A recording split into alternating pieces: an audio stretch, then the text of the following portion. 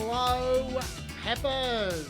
This is Pep. I am Chaz the Chadell, and this is an emergency podcast. I kept that one to myself. I didn't tell anyone. I thought the RBG thing, probably a big enough story to get me out of bed. Probably. So, yeah, here's the emergency podcast, our first ever Tuesday podcast, and full of surprises like you. You're not Dr. Dave.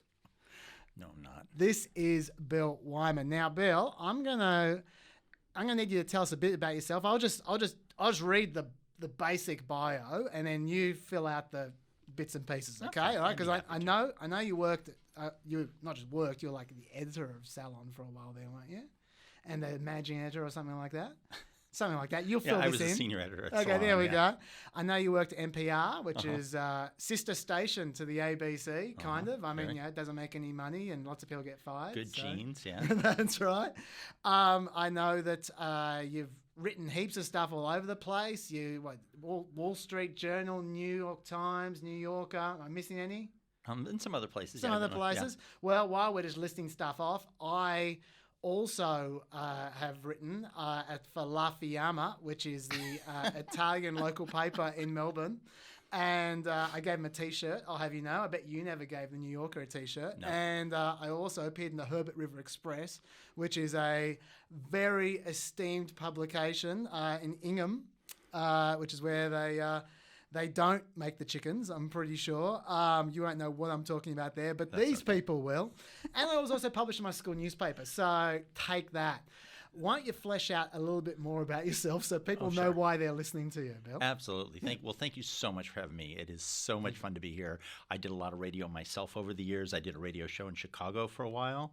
And so being in a studio like this again with someone talking like this, to me, it's like going into a nice warm bath, so please don't show me up. Yeah. Normally I get No. I'm so excited to be here. No. I'm just trying to be. I'm saying don't be competent. That's all I'm saying. Because Dr. Dave is incredibly incompetent. Smart guy, very incompetent. So he doesn't have his headphones. He's going loud and soft and loud and soft. So can you be I don't know. I crap? have to disagree with you because I think the real losers here are the listeners who've tuned in, waiting to hear Dr. Dave, how erudite he is, how well-spoken he is, and how knowledgeable, and instead they're getting me. So let's be honest about what.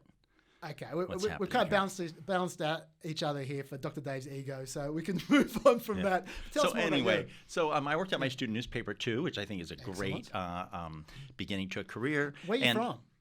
I grew up in Arizona, which is a very conservative southern state, and then I spent a lot of time in San Francisco and in Chicago and in Washington. Okay. A couple times in San Francisco, actually. It would have been very funny if I asked you where you were from and you said Sierra Leone or something like that. But no, it's America. That's good. Good news. It's pretty. Phoenix in the 1970s was very exotic, and And then I'm very proud to have been working at Salon, which is one of the pioneering internet magazines, and I was one of the senior editors there when it was really rocking, and it was kind of fun seeing the initial evolution of internet journalism. And then I was an assistant managing editor at National Public Radio for a long time, and I oversaw the arts, the media coverage, digital coverage, stuff like that, all the fun stuff, as I always called it. So that was really fun. And then, kind of for family reasons, I ended up back in Arizona again for the last few years, which I find really interesting because I've been living in all these enclaves in America: San Francisco, the north side of Chicago, Washington, D.C., and it was great to be. Are you Antifa? You were the head of Antifa. You're the one Bill Barr's coming after. No, I'm from Arizona. I'm a good American. That's where the real America is, and the good America. Of course. So I got to spend time in Arizona and kind of get a lot more sense of what that was. I grew up there, and I kind of understand it because my parents are part of that American stock that I want to talk about later on. Yeah. But in recent years, I've been there. I've seen the vicious hatred of Obama, the crazy support of Trump, stuff like that. So I feel like I have a little bit of perspective on America in that way, which, to be honest, I think I wouldn't have ever always had anymore living in all those very liberal enclaves. Well, I'm sure you have more perspective than I do. I'm just an American groupie. I've been to America for a combined 4 weeks, and most of the time I was just eating burgers. So what we probably should do, people now know why you're here. We should probably. Oh, but I should also say that you teach journalism in Australia, don't you? Oh, I have so much fun here at UTS. Yeah. I've been teaching long form narrative in the journalism department since I got here, and there's a couple of semesters off because of COVID, but I'm back doing it again, and it's such an exciting school, and I love being here. I've been on Philip Adams' show a few times over the last 10 years or so, and at one time when I was visiting here, I actually got to be in the ABC and see the show. So it's so great being in this neighborhood again. Excellent. Well, I'm glad to provide you with the opportunity to be in the luscious surrounds of 2SER. Let's get into actual news, shall we? Nothing much happened this week. Yeah, look, maybe we should just spend 2 or 3 minutes on this RGB. I don't know. Some woman died. Let's talk about her. Okay, so Ruth Bader Ginsburg. Well, first of all, why don't you kick off? Let's talk about the person before we talk about the politics.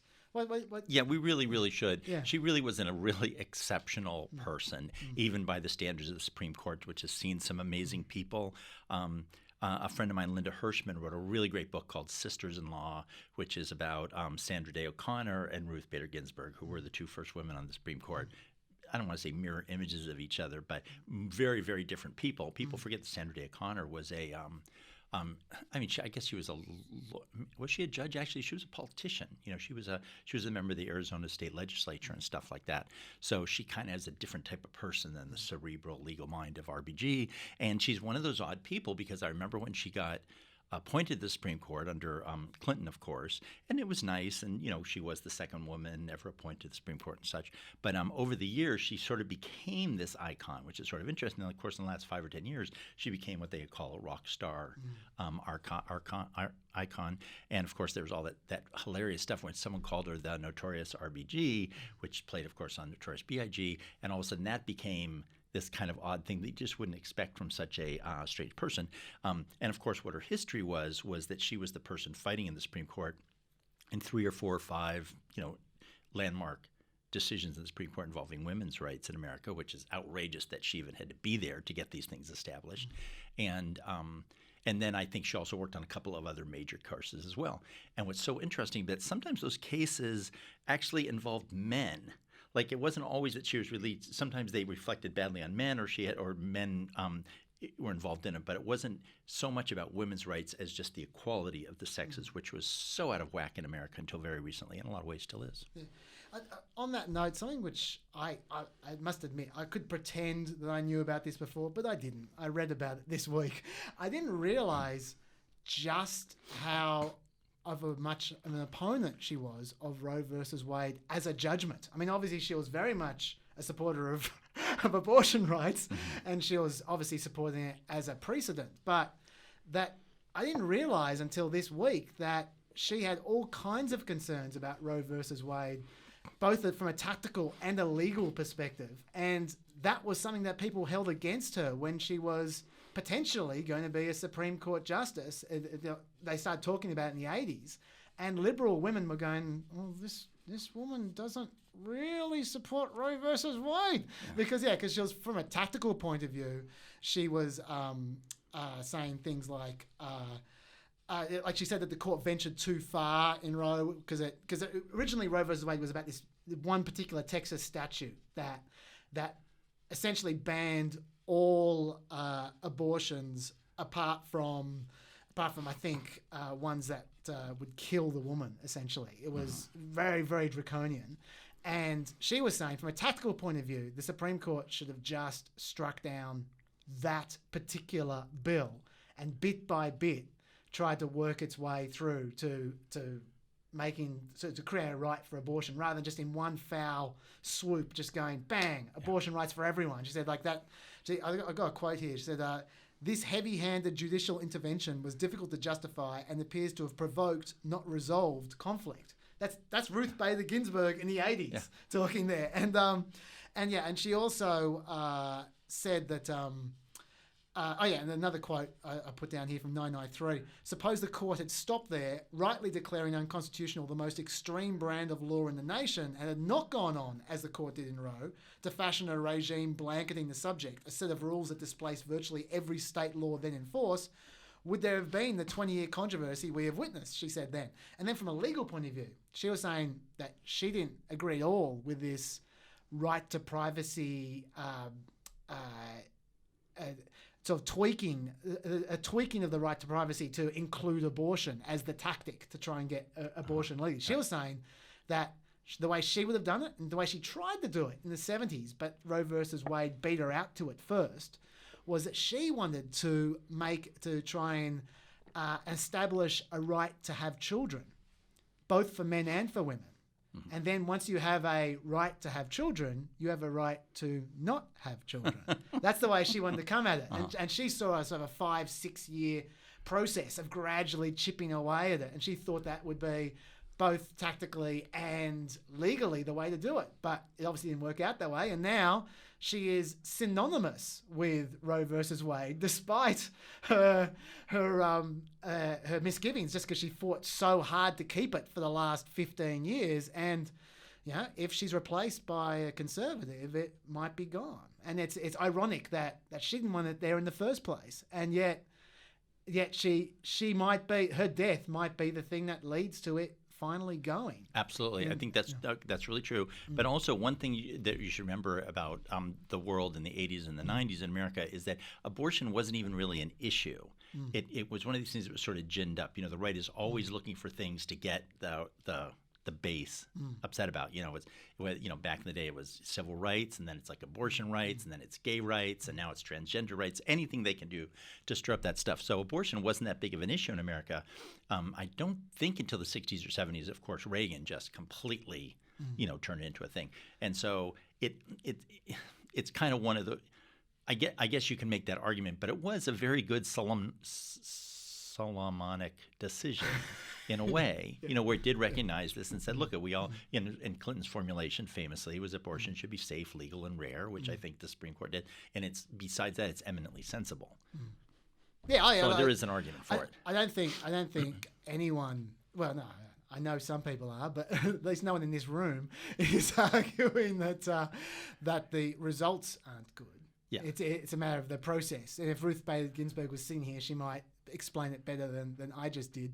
But it was just I just find it fascinating that the way this has turned out. And in fact, you look at the last 10 years, not only was she fighting to keep abortion legal in red states, but on top of that, if anything, she seemed to be more into voting rights in the last 10 years than anything else, because that's obviously been chipped away. In particular, Justice Roberts seems pretty keen to chip away at them.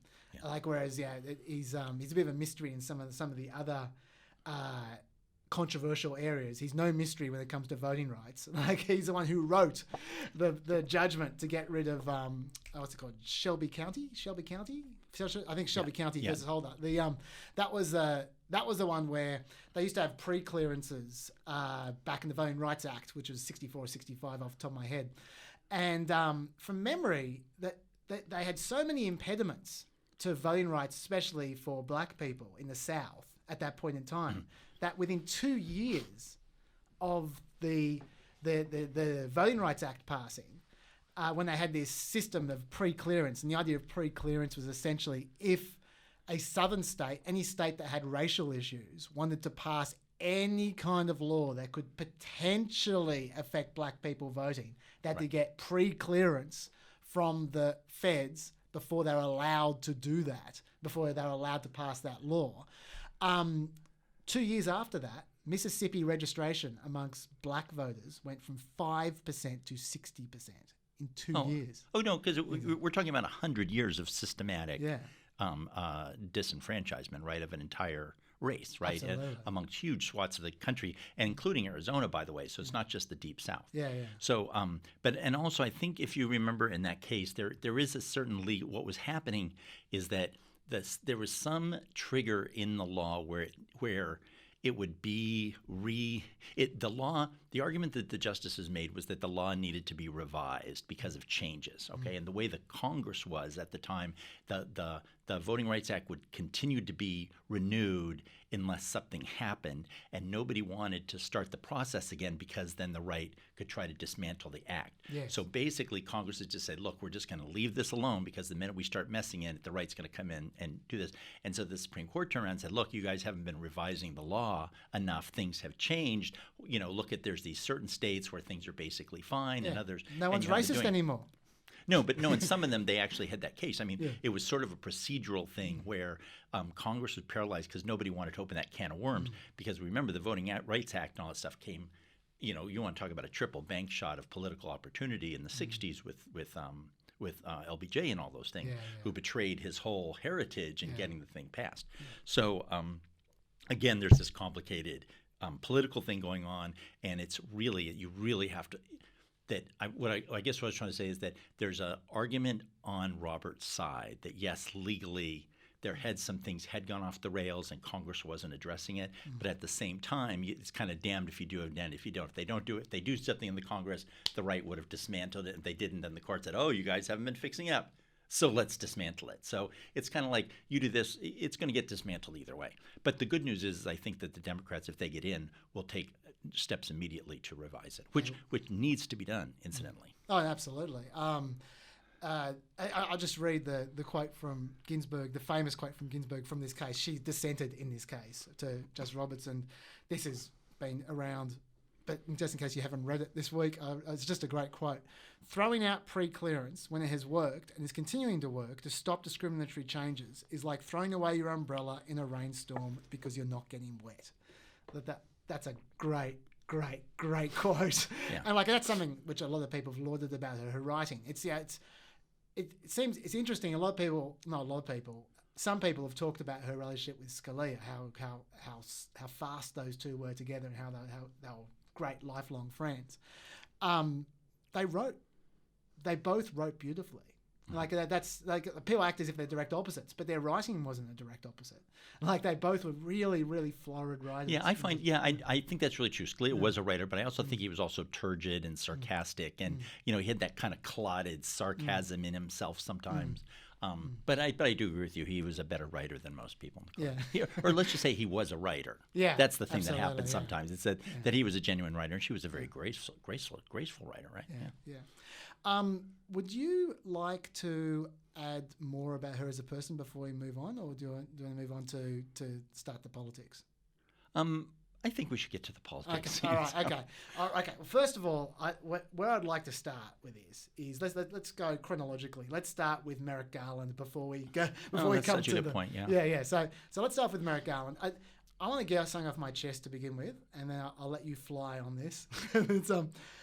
The thing I want to get off my chest is because I've mentioned this a few times on the show in passing, but I've never been able to explain this fully.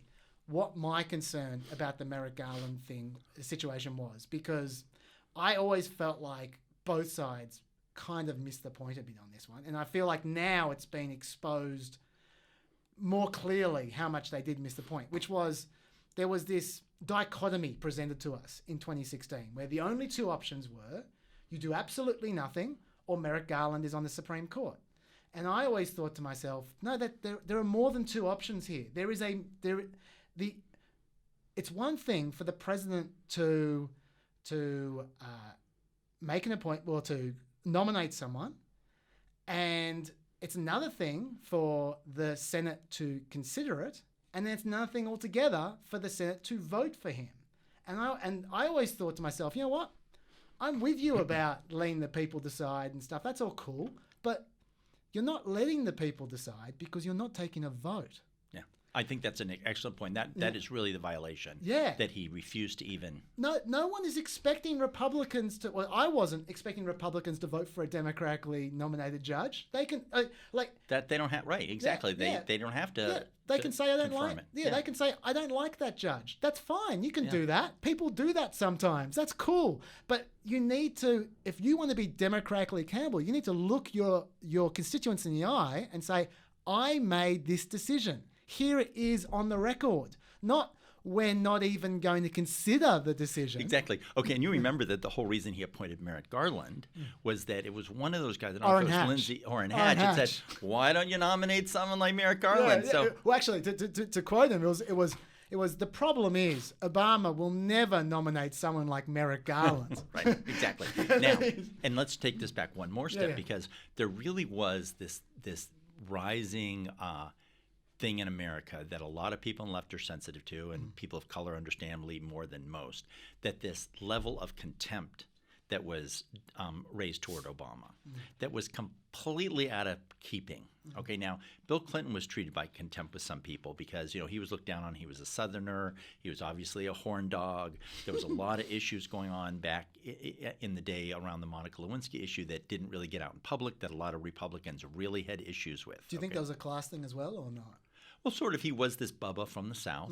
On the other hand, a lot of Republicans are Bubbas from the South. They didn't like it that he was a Democrat, and they didn't like how smart he was. And on the other hand, he was a little fast and loose with his with his zipper, but also his things like the way he spoke. Depends on what the meaning of the word is, and things like that. Yeah. And Slick Willie.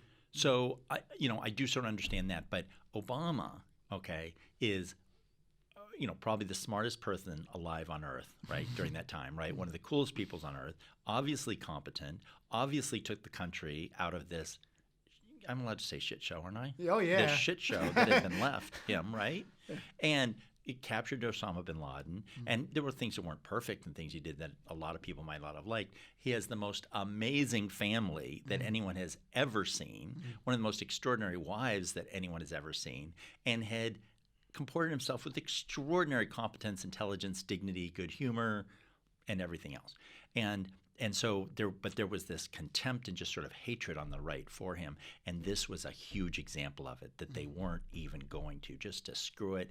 And there really was this sense of not only are we going to do it, we're going to screw it the black guy. There was really that feeling. That was the way it came across to people. And I don't think it was completely unfounded. So that was part of it too, that it wasn't even just to stop it. Because they could have, McConnell could say, "Look, I don't want to put my members in that position of having to vote down something," but that kind of goes with the territory. Yeah, I suspect there was also an element. I'm not going to deny anything you just said, but I suspect there's also an element, and this is part of what I describe as the gutlessness, where I don't even remember what the Senate was at that point in time. Was it 48-52? I think something like that. Yeah. That means that you would just need 13, 12. You just need 12 Republicans to overcome a filibuster if you put that vote there. So it's not about, so you would need almost all the Republicans to vote against Merrick Garland in order, if you put up to a vote, in order for McConnell to win there. And I just don't think he thought he had the votes. No, that could have been. Because we kind of assumed the Senate. Merrick Garland was so moderate. Right, that's the whole point. And old. And there is a tradition among some of the old school Republican senators who might not have gone by that time of, look, this is what we do, unless it's something. But then again, they would turn around and say, look, this is what you did to Bork. That all goes back to Bork in their mind. Brett Stevens in the Times, I don't know if you saw that, was bringing up Bork again. Bork is one of the craziest people ever to have been nominated. Just out where the trains don't run. But in Republican lore, that was the beginning of the Supreme Court things, that he got borked. That's the name. He got borked. And so there's this lingering resentment. But of course, in the GOP, you have these they're just stoked and remember Bork, and all of a sudden becomes this mantra, even though it doesn't really make a lot of sense.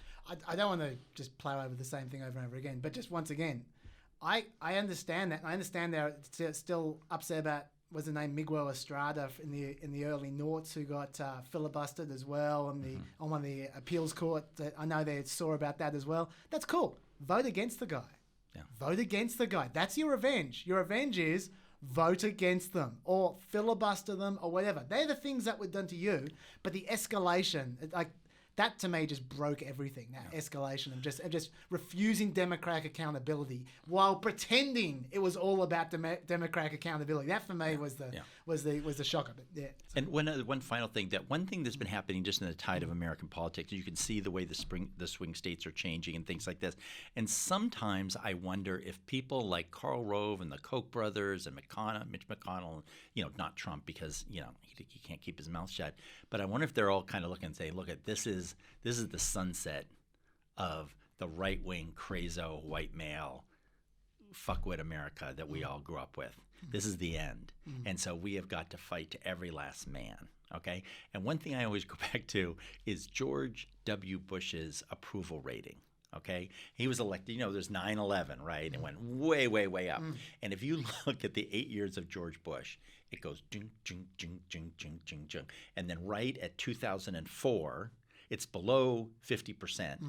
Karl Rove, and he'd get it 50.1 or whatever, right? And then he gets reelected, and it goes bing, bing, bing, bing, bing, and it ended up like at 22. And the thing is, there's a brilliance to that, okay? And what it is that I come to office with this political capital, right? And George Bush even said that once. He goes, I've got political capital. And in a weird way, you just kind of think, they got into office, and they rang every single last ounce of crap that they could do, and they just didn't care at the end that the guy had no. You know what I mean? And so sometimes I think that maybe that's really what's animating these people. They're saying, we've got to ring because this is the end of it. This is sunset. This is the shadow. This is where the curtain closes for us. And that's the fight these guys are actually fighting. It does explain a lot of things. By the way, before we get back to the hypocrisy, while we're talking about Ginsburg, you brought up Trump. Well, we're not going to talk much about Trump here because he doesn't have much to do with this story. But there was an interesting aspect of this, which was, I didn't expect it, that... Did you see Trump's statement when he found out? Well, when he inverted commas found out that she died. I'll play it to you. Hang on, because it's not very often that Trump is involved with something moving, but I think it was actually moving. Now, mind you, it's more because of Elton John than because of Trump. But you'll see what I mean in a second. I'll just play you this. Yeah.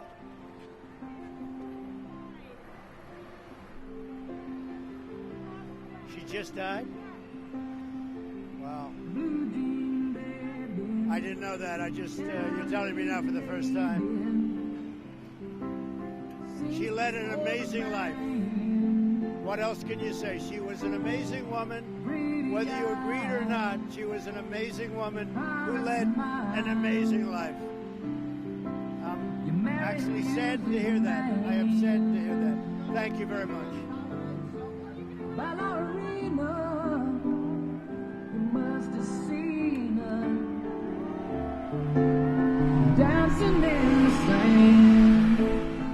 Now, what's going on there is that he just finished a rally, so that's why they were playing Tiny Dancer in the background. I get it. It's that's not hilarious. Yeah, that's not put on the clip. Oh my God. That's because they play Tiny Dancer at the end of every rally, and he just happened to talk to the press just at the moment that Tiny Dancer begins. This poignant song. Unbelievable. And it just so happened that I don't know if he's serious or if he was putting it on, but it was one of the very, very, very few times that Trump seemed genuinely sympathetic that I have seen. Yeah, and he caught himself and he stopped for a second and he tried to compose himself and there was no politics. He was completely classy there. I'm not saying it was Cicero, but it at least appeared to be heartfelt.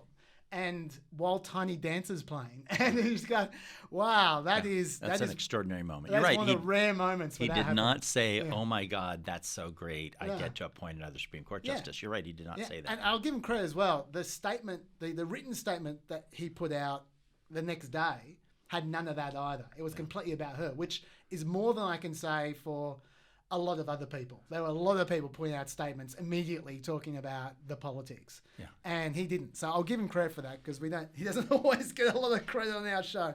And of course, I got to say, I'm so cynical a little bit. anything that McConnell's office and his office were really prepared for this. Oh, I'm sure they were, but McConnell's office put out a political statement straight away. Oh, okay. Trump showed more class than McConnell did. Like McConnell, the final paragraph of McConnell's statement was about how we're going to immediately choose a replacement. Like he just moved straight on. So there you go. So let's get into the McConnell thing. I actually feel like, so we talked about Merrick Garland. I actually feel like, to be fair to McConnell, I feel like as angry as I am about the Merrick Garland thing with him, and I am never going to forgive that. I don't think he is being massively hypocritical. And the reason I say that is because I think he's been verbaled by a lot of Democrats from 2016, where they pretend what he said was, because it's an election year, we should put it to the people. He didn't say that. He said because it's an election year and the Senate and President are divided, we should put it to election people. He always said that. Well, I shouldn't say always. It wasn't 100% of the time. But he said a lot. Like I can find, I was just looking for the show to find some examples. I found like 20 examples. He said that a lot. And now, sure, he was still using the rhetoric of democracy all the time, which was bullshit. But he did, unlike, say, Lindsey Graham, who's the king of hypocrisy, he did a number of times specifically cite that the special occasion in 2016 was that the Senate and the President were divided. And if you look through history, in the past, where the Senate and the President is divided, the President doesn't often get their way. Right. He would always say it goes back like 130 years or something like that. Right. And that was right. That was not a lie. So. And no, I totally agree. I actually 100% agree with you on this point. And I just did a piece for the Sydney Morning Herald making exactly that point, that he actually always, he's openly shameless. He nuanced it, if I can use that verb. Yes. And to which I say, and it's irrelevant for two reasons. One, Democrats are exactly as hypocritical about it because they were arguing, the exact opposite of what they're arguing today. And then secondly, the thing about the United States Constitution is that hypocrisy isn't in it. You know what I mean? There's nothing in there about hypocrisy. And the way it just works is that and this is what happened in with Obama as well, that the way it's supposed to work is that there's a framework from the Constitution, and then the representatives do their job, and the people get to vote on it. And so they are either going to pay a political price one way, or earn some political capital either way, based on this decision. And it's hard to tell. I mean, they've said that obviously there's a whole bunch of money going to liberal coffers right now because of this, but of course they think on the other side. I actually don't know what. Do you want to talk about the political upshot of it? Yeah, let's go. Because it's very confusing. Because on one side you might think that that they do get this shot, and then people think, I don't even need to vote anymore because this was our last hurrah, and fine, now we can just relax. We don't even have to pretend. On the other hand, boy, it's hard to imagine anything that would inflame liberals more than seeing, some young, white, thuggish, crazo people, the way that he's been appointing these people, coming in there and replacing someone like her. On the other hand, just as a journalist, I mean, this, you got to say, this is the way the system works. That, on theory, they could have tried to do this on January 19th. They could have tried to do it on January 17th. And, they have the right to try to do it, and they have the right to pay the political price for it. And obviously it does feel bad, but that's because most of us support things like the point of view of RBG. And if it had been the other way, I think we'd be talking about this differently. That if Obama had appointed, say that Trump had got elected in 2016 and Scalia had died right after the election, and that they put it through with the lame duck Senate, how would we feel? We'd feel, yes, we want Scalia replaced with a new young liberal justice, and we'd be feeling the other way. So I'm not too upset about that. I really am interested to hear the political price, and I know that we'll talk about the Senate later on. Obviously, that's the thing that's really going to matter. I don't think it's going to matter to Trump's thing in any way, shape, or form. And the most interesting thing I think about it is that there's that joke that I'm sure you've heard on Twitter and stuff like that, like if we are living in a simulacrum, how Elon Musk said a while back that the chances are 1 in a billion that we're not living in a simulacrum. Like at this point, the guy's just fucking with us. Yes. You know what I mean? I mean, what else is going to happen before this election is over? Because you think about what happened, man. 2 weeks away. Yeah. 2 weeks ago, we were talking about stuff, and we can't believe it today. Yeah, there's still 6 weeks. In terms of how it's going to play, I don't know. I'm genuinely not sure because there's so many different factors to this. Like, first of all, just a basic factor. All year, when COVID is the front cover story, Trump's losing. COVID's not the front cover story anymore, and it might not be for a month. This might just go on and on and on. And so, in that respect, that in itself is good news for Trump. Like, while we're not talking about COVID, that's a really interesting point. That's a great point. Another thing is, I was saying just on the show on Friday that 12 hours before she died, I was saying we're talking about the path forward, and I was saying, well, the problem for Trump is that he's been 7 points behind for 9 months. There's a lot's happened in that 9 months, and he's been 7 points behind the whole time. I don't see how it's possible for him to make up 7 points, given everything that's happened, and it hasn't budged, I don't see how it's possible for him to make that up without a game-changing event. It needs to be some kind of game-changing event. Otherwise, he might make up a point or two during the debates, but he's not going to make up 7. Well, see, I was thinking about this too, but then I thought, so say let's say you're a traditional Republican and you support all those Republican things, but you have some semblance of humanity left in you, and you're not part of that 40% of the country who just thinks, oh, Trump's great, right? So you can't bring yourself to Trump.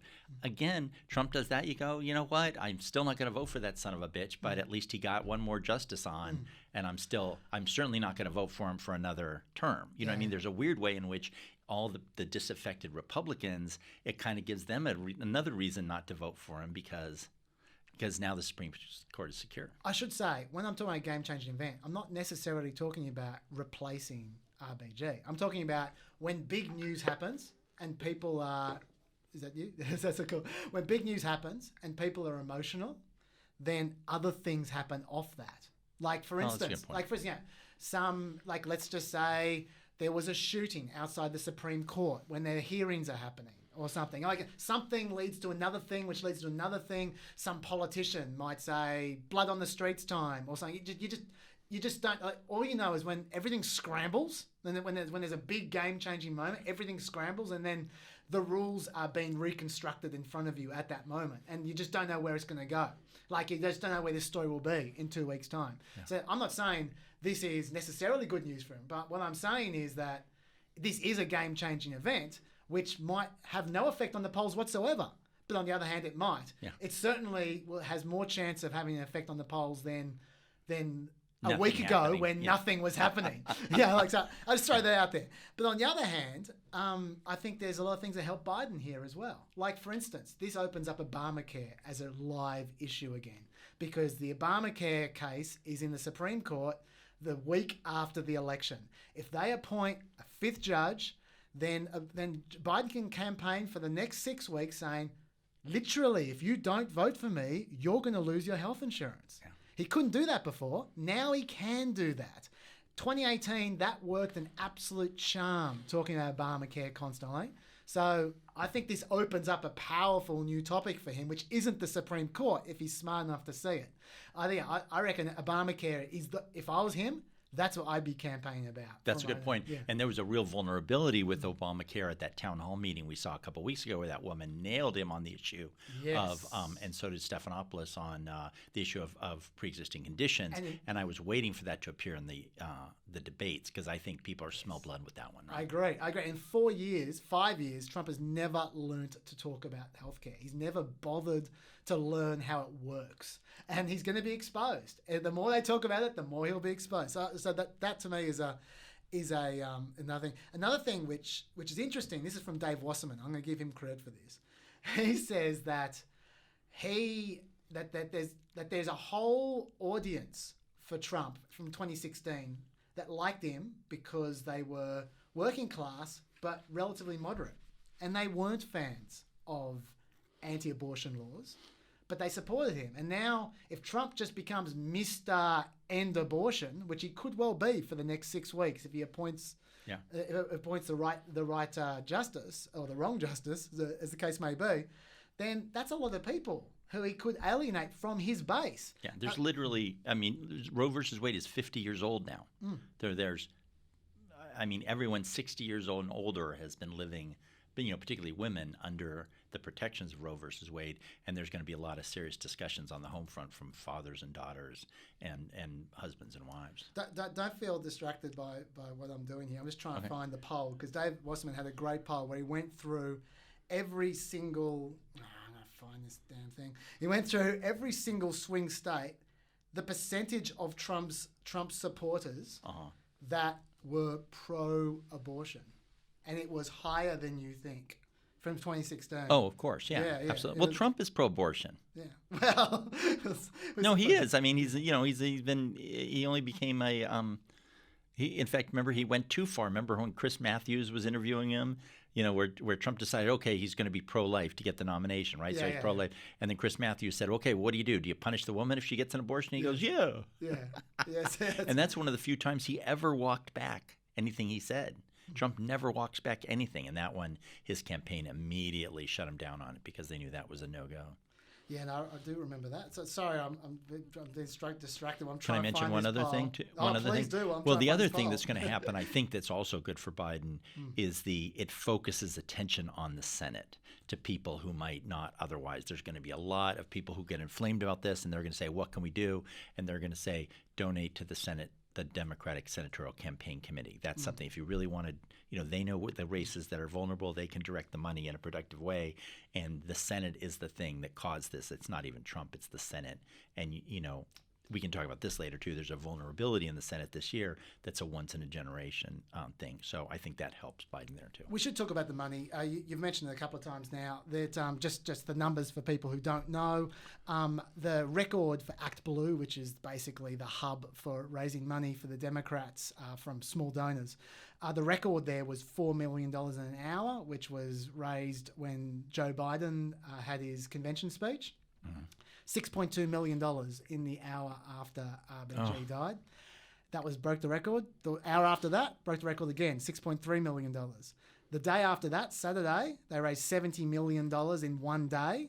The previous record was $42 million in one day. So they're making a lot of money. And it's so interesting because money is so much more effective now than it was 10 years ago or 20 years ago, right? So that 20 years ago, it's like, okay, let's do a bunch of TV ads and stuff like this. Now you target that money, like the $100 million that Michael Bloomberg is putting into Florida, for example. That $100 million is being directed to, 8% of the population, right? And it's literally being directed at that 8% of the population. There's not a lot of wasted money because, the famous dictum about advertising, I don't know if you hear this much in Australia, but it was John Wanamaker, and he said, I know that I'm wasting 90% of my advertising budget, but I don't know which 90%. Yes, okay? Yeah. And that's what Google would go to people and say, look, you're not wasting your money anymore because whoever clicks on your ad is someone who's interested. You only pay me for the people who are clicking on your ad, right? So you don't lose that 90% of your advertising budget anymore. And that's something people forget about political advertising.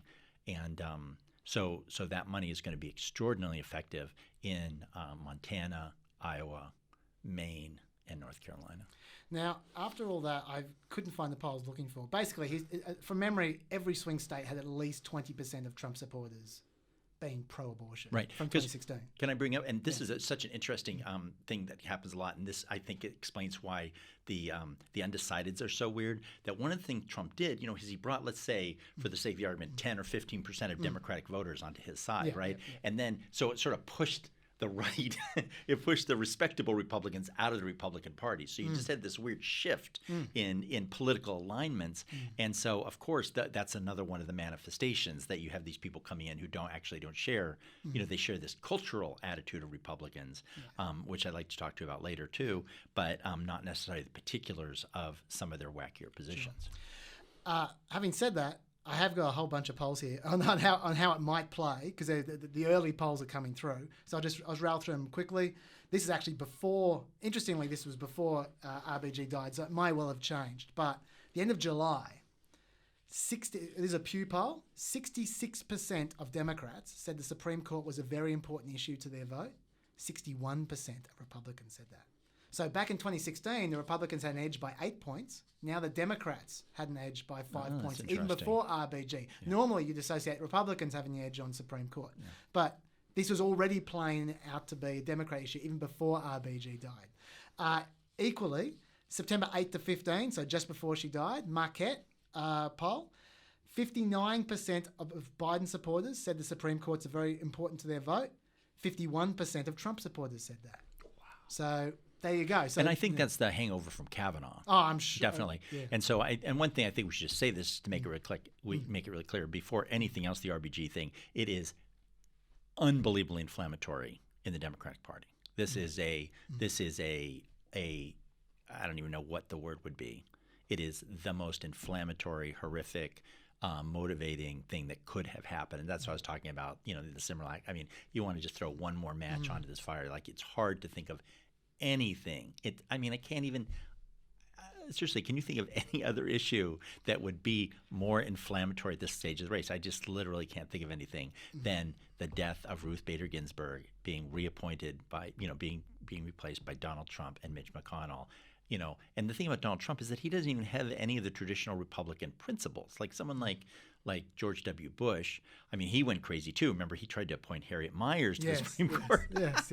But for the most part, he was deeply concerned with having respectable. He didn't appoint too many crazy people, and this is something where Trump has no concept of even what he's doing. All he wants to do is screw the libs and basically let McConnell do the rest. Having said that, yeah, exactly. He'll take the judge from the Federal Society, presumably. Oh yeah, he'll just do anything. Yeah. So he won't. It's care. even better. Yeah. Now, I will say one other thing. One thing we should watch for is they could really screw up, because they're rushing this through. Trump's completely out of control. He can make some crazy last-minute decision. You could find someone who's got some scandals in their past. Yeah, that's true. Anything can happen with that. Like, there was several times there's been people who looked like they were shoo-in. And this is something being done by an intemperate person in an extraordinary pressure situation and at speed. So keep your eye open for that. Well, on that note, this is something which I'm going to be mentioning on the show tomorrow. If you look at the history of the time it takes to do these things, since 1975, according to the Congressional Research Service, they've averaged 40 days to go to a hearing. Yeah. That just because of investigations and research and all the rest of it. That's what I'm saying. 40 days, 70 days to go from nomination to confirmation. They've averaged. Obviously, we're down to 42 days now.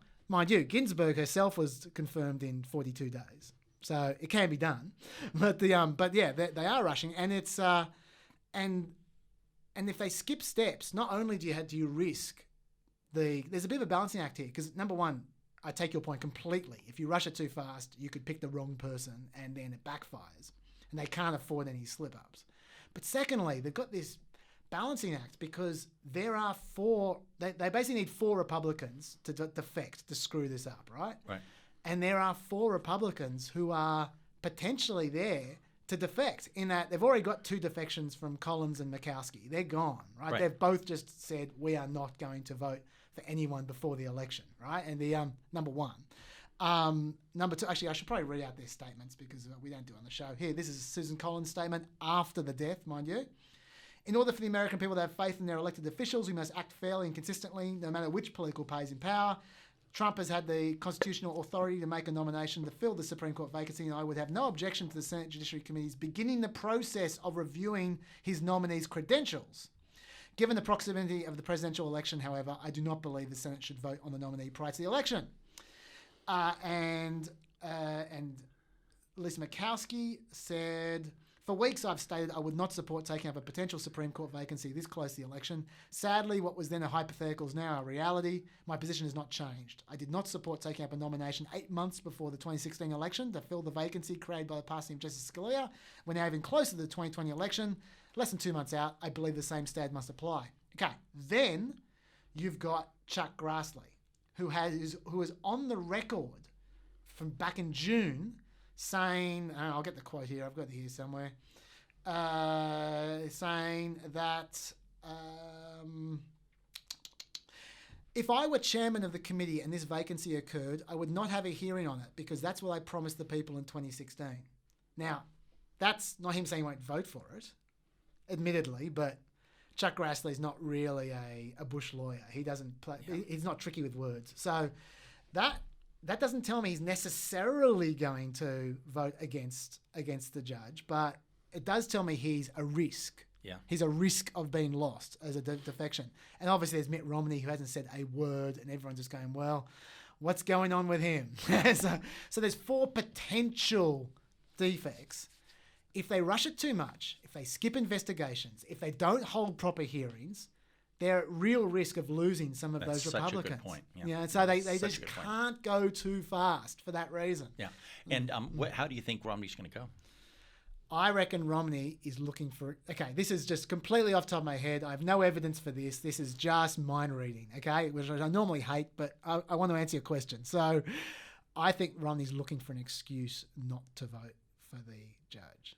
That's what I think. But if he doesn't find an excuse, I think he will vote for the judge. But I think if anything goes wrong, he will use that as an excuse to not vote. That's what I think. Yeah. Like I think essentially Romney is a person who is constantly living in fear of his own self-image. And if he feels like he looks like a hack, he can't bear that. And so I think if he can get away without feel like every incentive is for him to vote for this judge, right? Yeah. But if he feels like a hack when he does it, he just won't. He won't go that far. So he's looking for any reason to seem like a hack.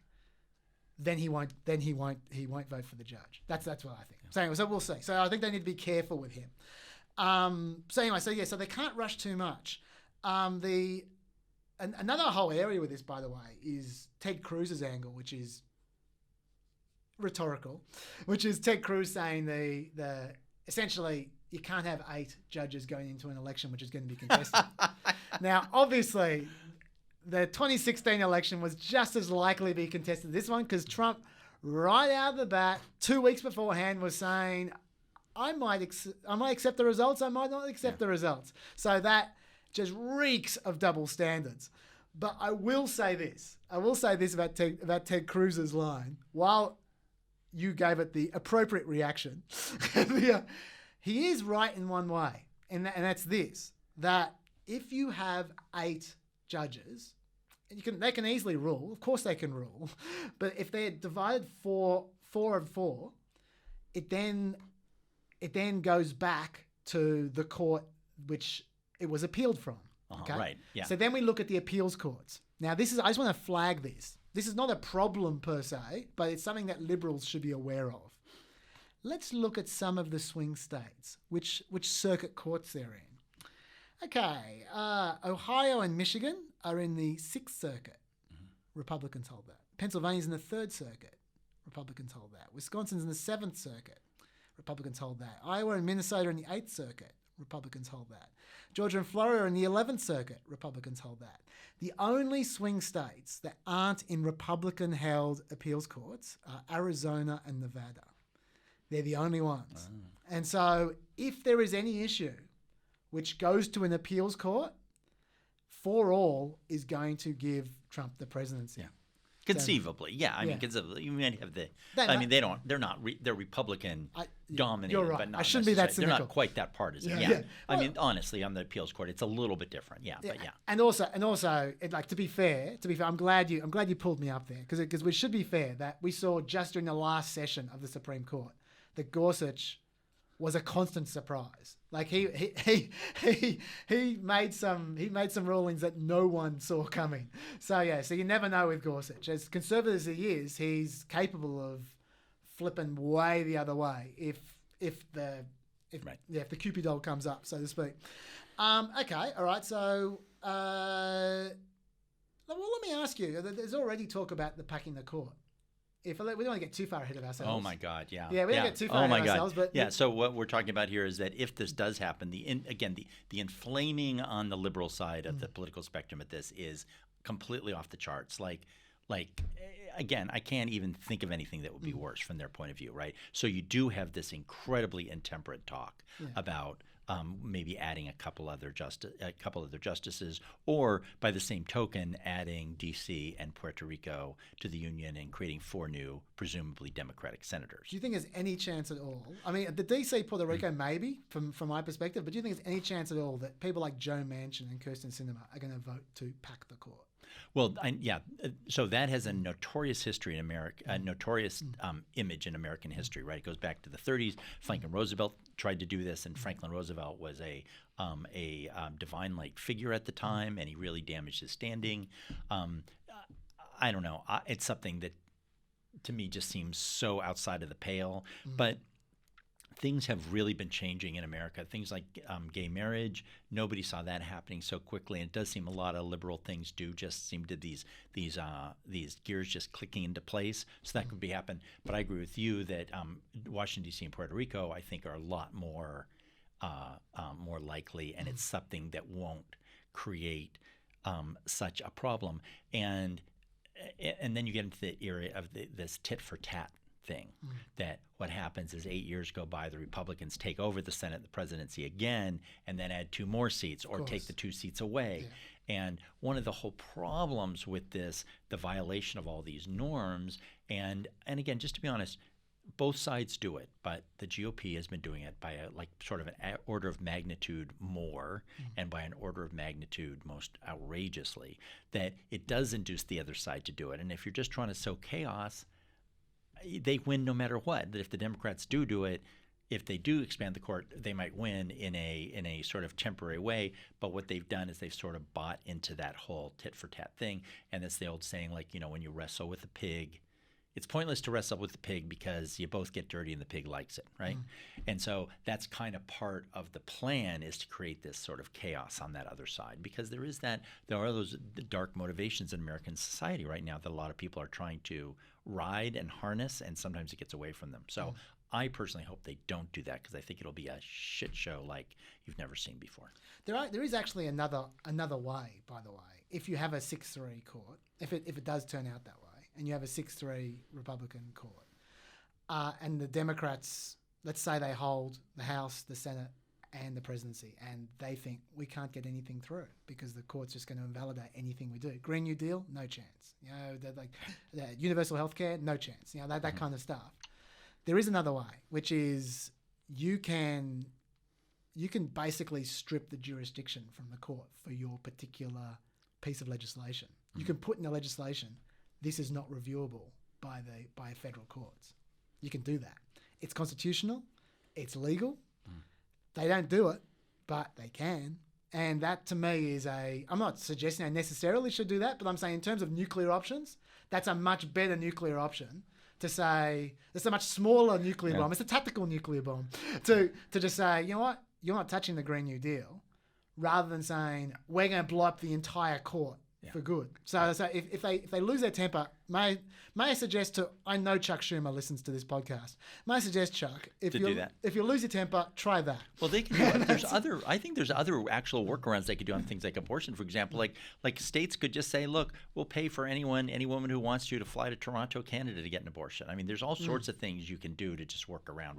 And things like universal health care, I don't think the court can strike down. I mean, there's a lot of stuff that Congress does and how Congress spends money. There's not much the Congress can do about that. Well, I'm just thinking about things like, for instance, if they try and finance it with a wealth tax, which a number of people have suggested might be unconstitutional. Elizabeth Warren doesn't think it is, but I bet you a conservative 6-3 court will think it is. No, I think honestly, that is so far beyond. That's taxing is in the Constitution that the Congress can. I mean, we used to have a 90% tax in America. I know, but the mechanism of the wealth tax, apparently, because it's not. Oh, look, I don't want to get into the details here, but it's the particular method of a wealth tax versus an income tax that people argue may be unconstitutional. Honestly, you don't want to get me started on this, but that's fine. Should we move off to other topics? Absolutely. Okay, all right. Let's go on to 2020.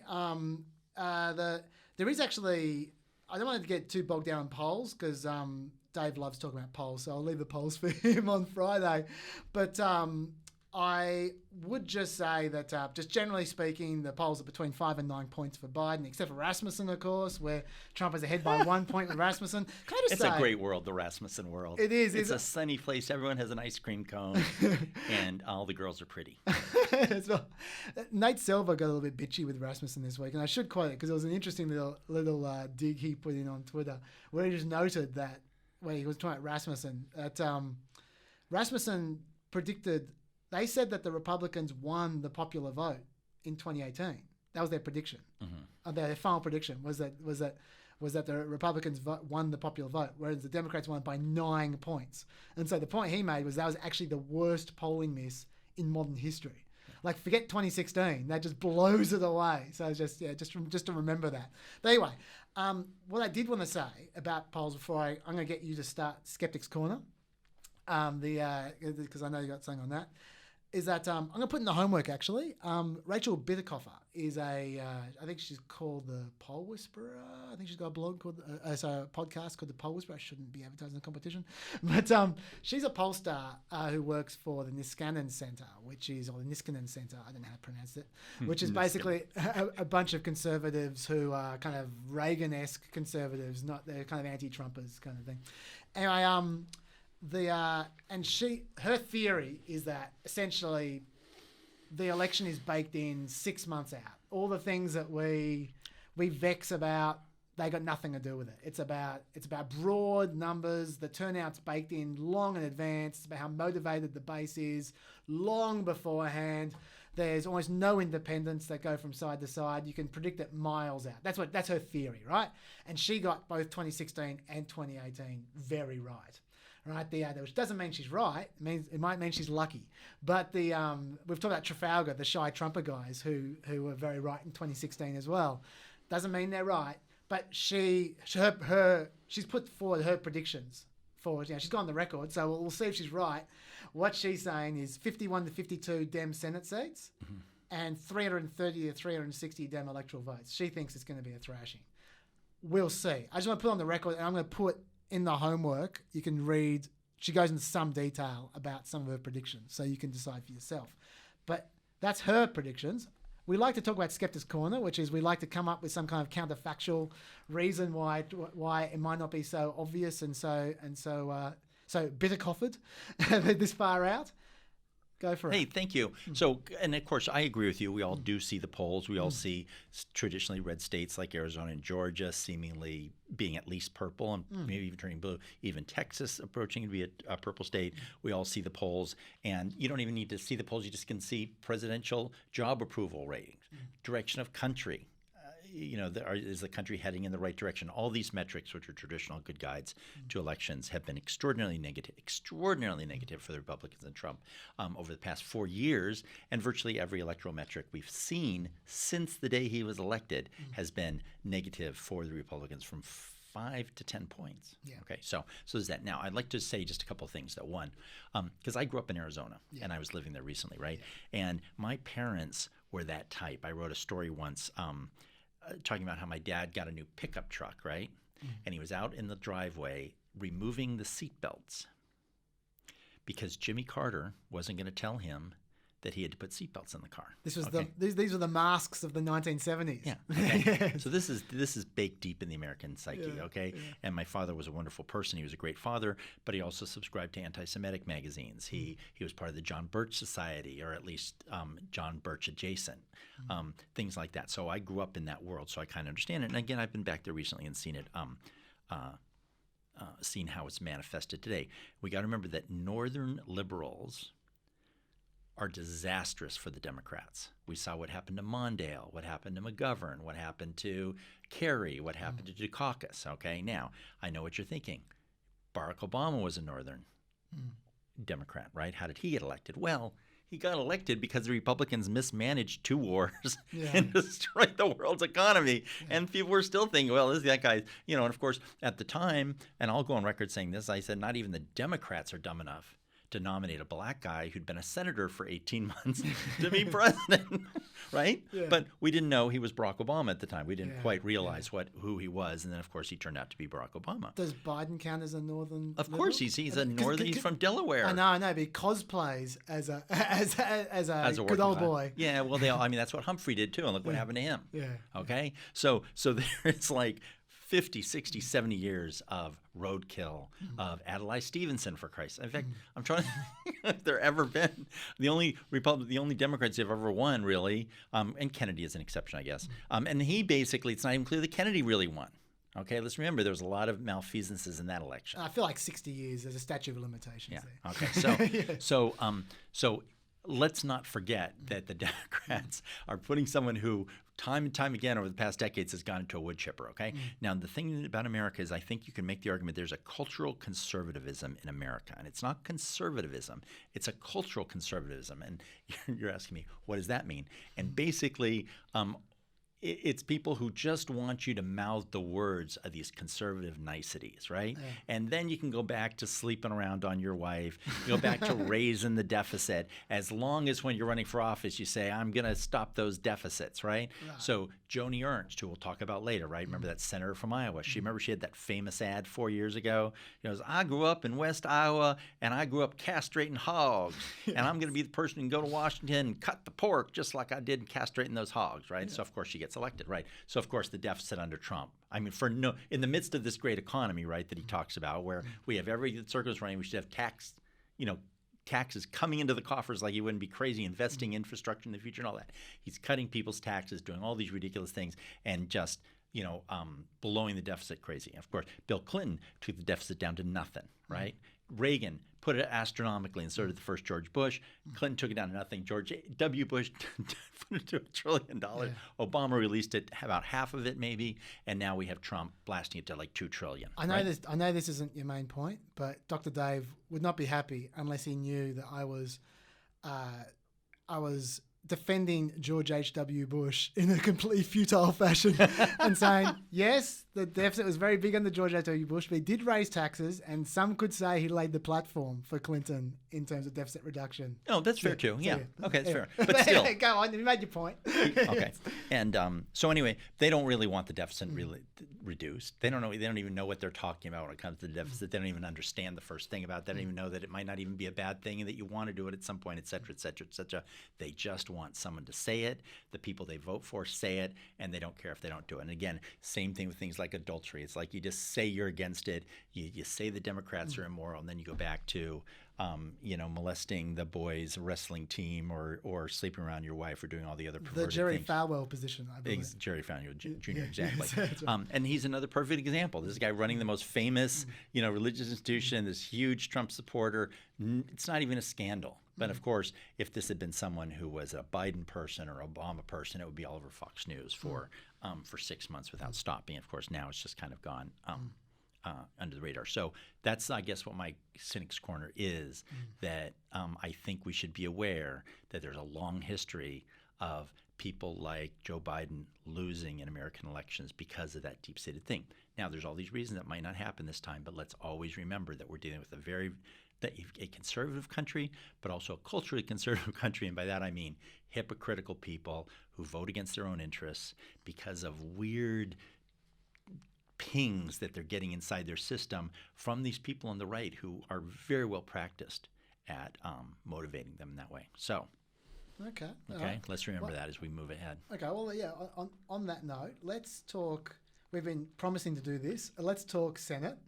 And in particular, actually, I'll start with Arizona, and then we can talk about the rest of the Senate because it's so interesting. Yeah. Okay. Because essentially, let me just set this up a little bit. The Arizona is an incredibly important state for a number of reasons, in my view.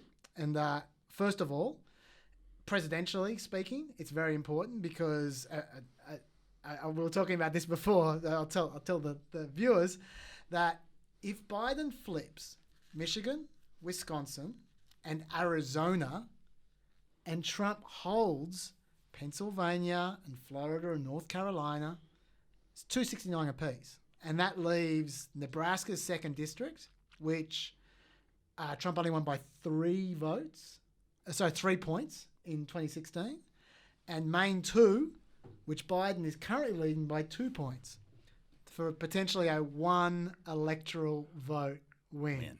That's if he wins Arizona. So Arizona sets up either a 269 tie or a 1 vote win. Okay, so that's the first thing on the presidential level. In the Senate, Arizona may be the difference between the Democrats taking the Senate or not, because it's going to be really close because they're going to lose Alabama with Doug Jones. Then you've got they're going to win Colorado. Oh, you think Colorado? Yeah, okay. they're going to win Maine, I think. But then it gets a little bit tougher after that. Arizona, if they win, that's great. That's for them. That's 3 seats, and then you got this North Carolina. Maybe they're ahead in North Carolina by like 4 or 5 points, but it's a reddish, it's a pinkish state. Yeah, and then you've got Iowa. Joni Ernst is, she's behind, but it's also a pinkish state. So Arizona is critical for the Democrats to win the Senate. If they don't win Arizona, they're not going to win the Senate, I don't think. So I think that they're not going to win Iowa, and they're not going to win North Carolina if they don't win Arizona. So it's a really, really critical state. And if you look at Arizona, it's changed so fast in the last, 2 elections. It's gone from dark red to it's it's almost becoming It's bluish really a blue purple. state, yeah. Yeah. So talk to us about why is it changing so well, much? it's What's so going interesting. So I noticed you look at the camera, so everyone's following. So Arizona is so interesting, and I'll tell you, I think I disagree with you a little bit because I think of all the Senate seats, Arizona is the one you could totally bet on. Okay. And here's why: the candidate Martha McSally. Yes. Is one of the silliest people who's ever run for the Senate in America. Yeah. Okay, and she shouldn't be. I think she was the first ever Air Force fighter pilot. Okay, she's an extraordinary person. Yeah, female pilot. Sorry, and right there, and she's a Republican. She was a Republican congressperson, right? Kyrsten Sinema was a member of the Arizona legislature, and she'd sort of managed to win in a congressional seat in Central Phoenix that was basically a swing district.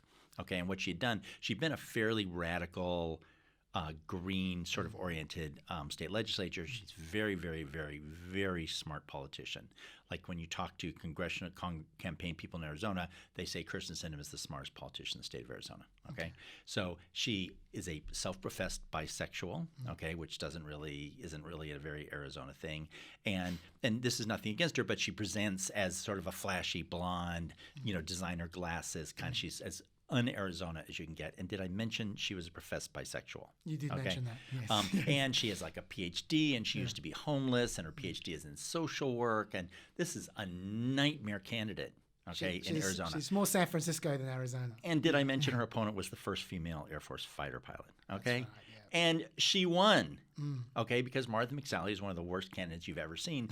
And I'm not a big I'm not a huge expert in Arizona politics, but I did interview her once, and I'll tell you there were like 3 answers that are among the most embarrassing that I've ever heard. And so, for example, during all the stuff with Russia and the Russia investigation, this is long before the impeachment, I said, aren't you concerned about these national security officials who are suggesting that Trump is a threat to the country?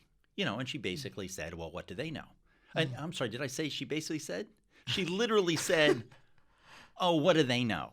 Right. Okay? This is a sitting Congress person, talking about the director of Central Intelligence of the United States of America, the biggest, most powerful person, the person who's the director of Central Intelligence. Can you imagine?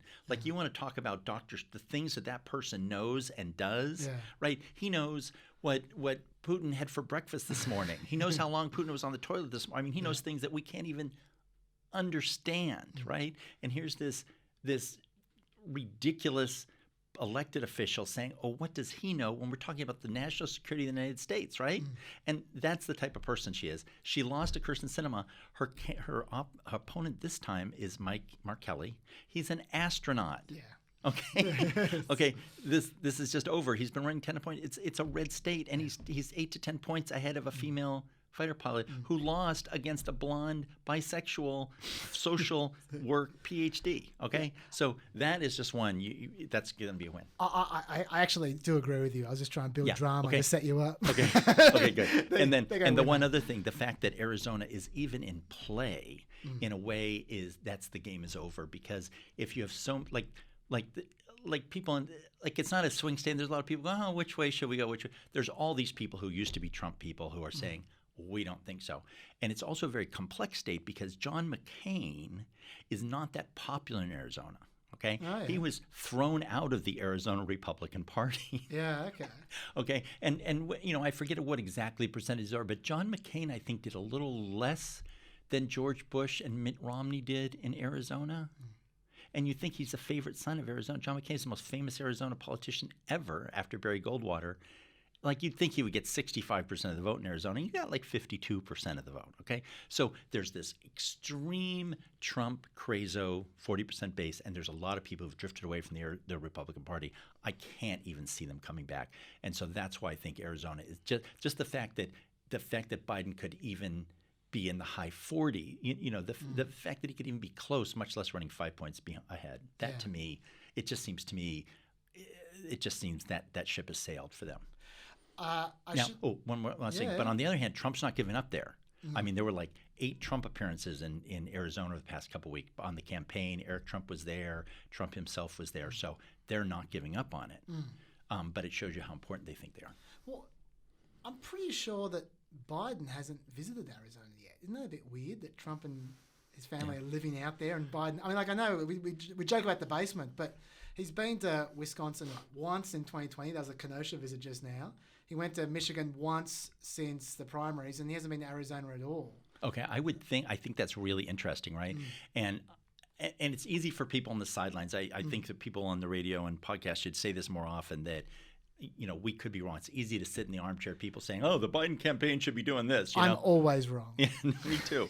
And you got to figure that the Biden people, there's a lot of people sitting around thinking, and it could be they just think they have Arizona wrapped up at this point. And the Trump people are going, "Oh my God, we've lost Arizona. We got to get out there," because the Trump people are profoundly tactical rather than strategically.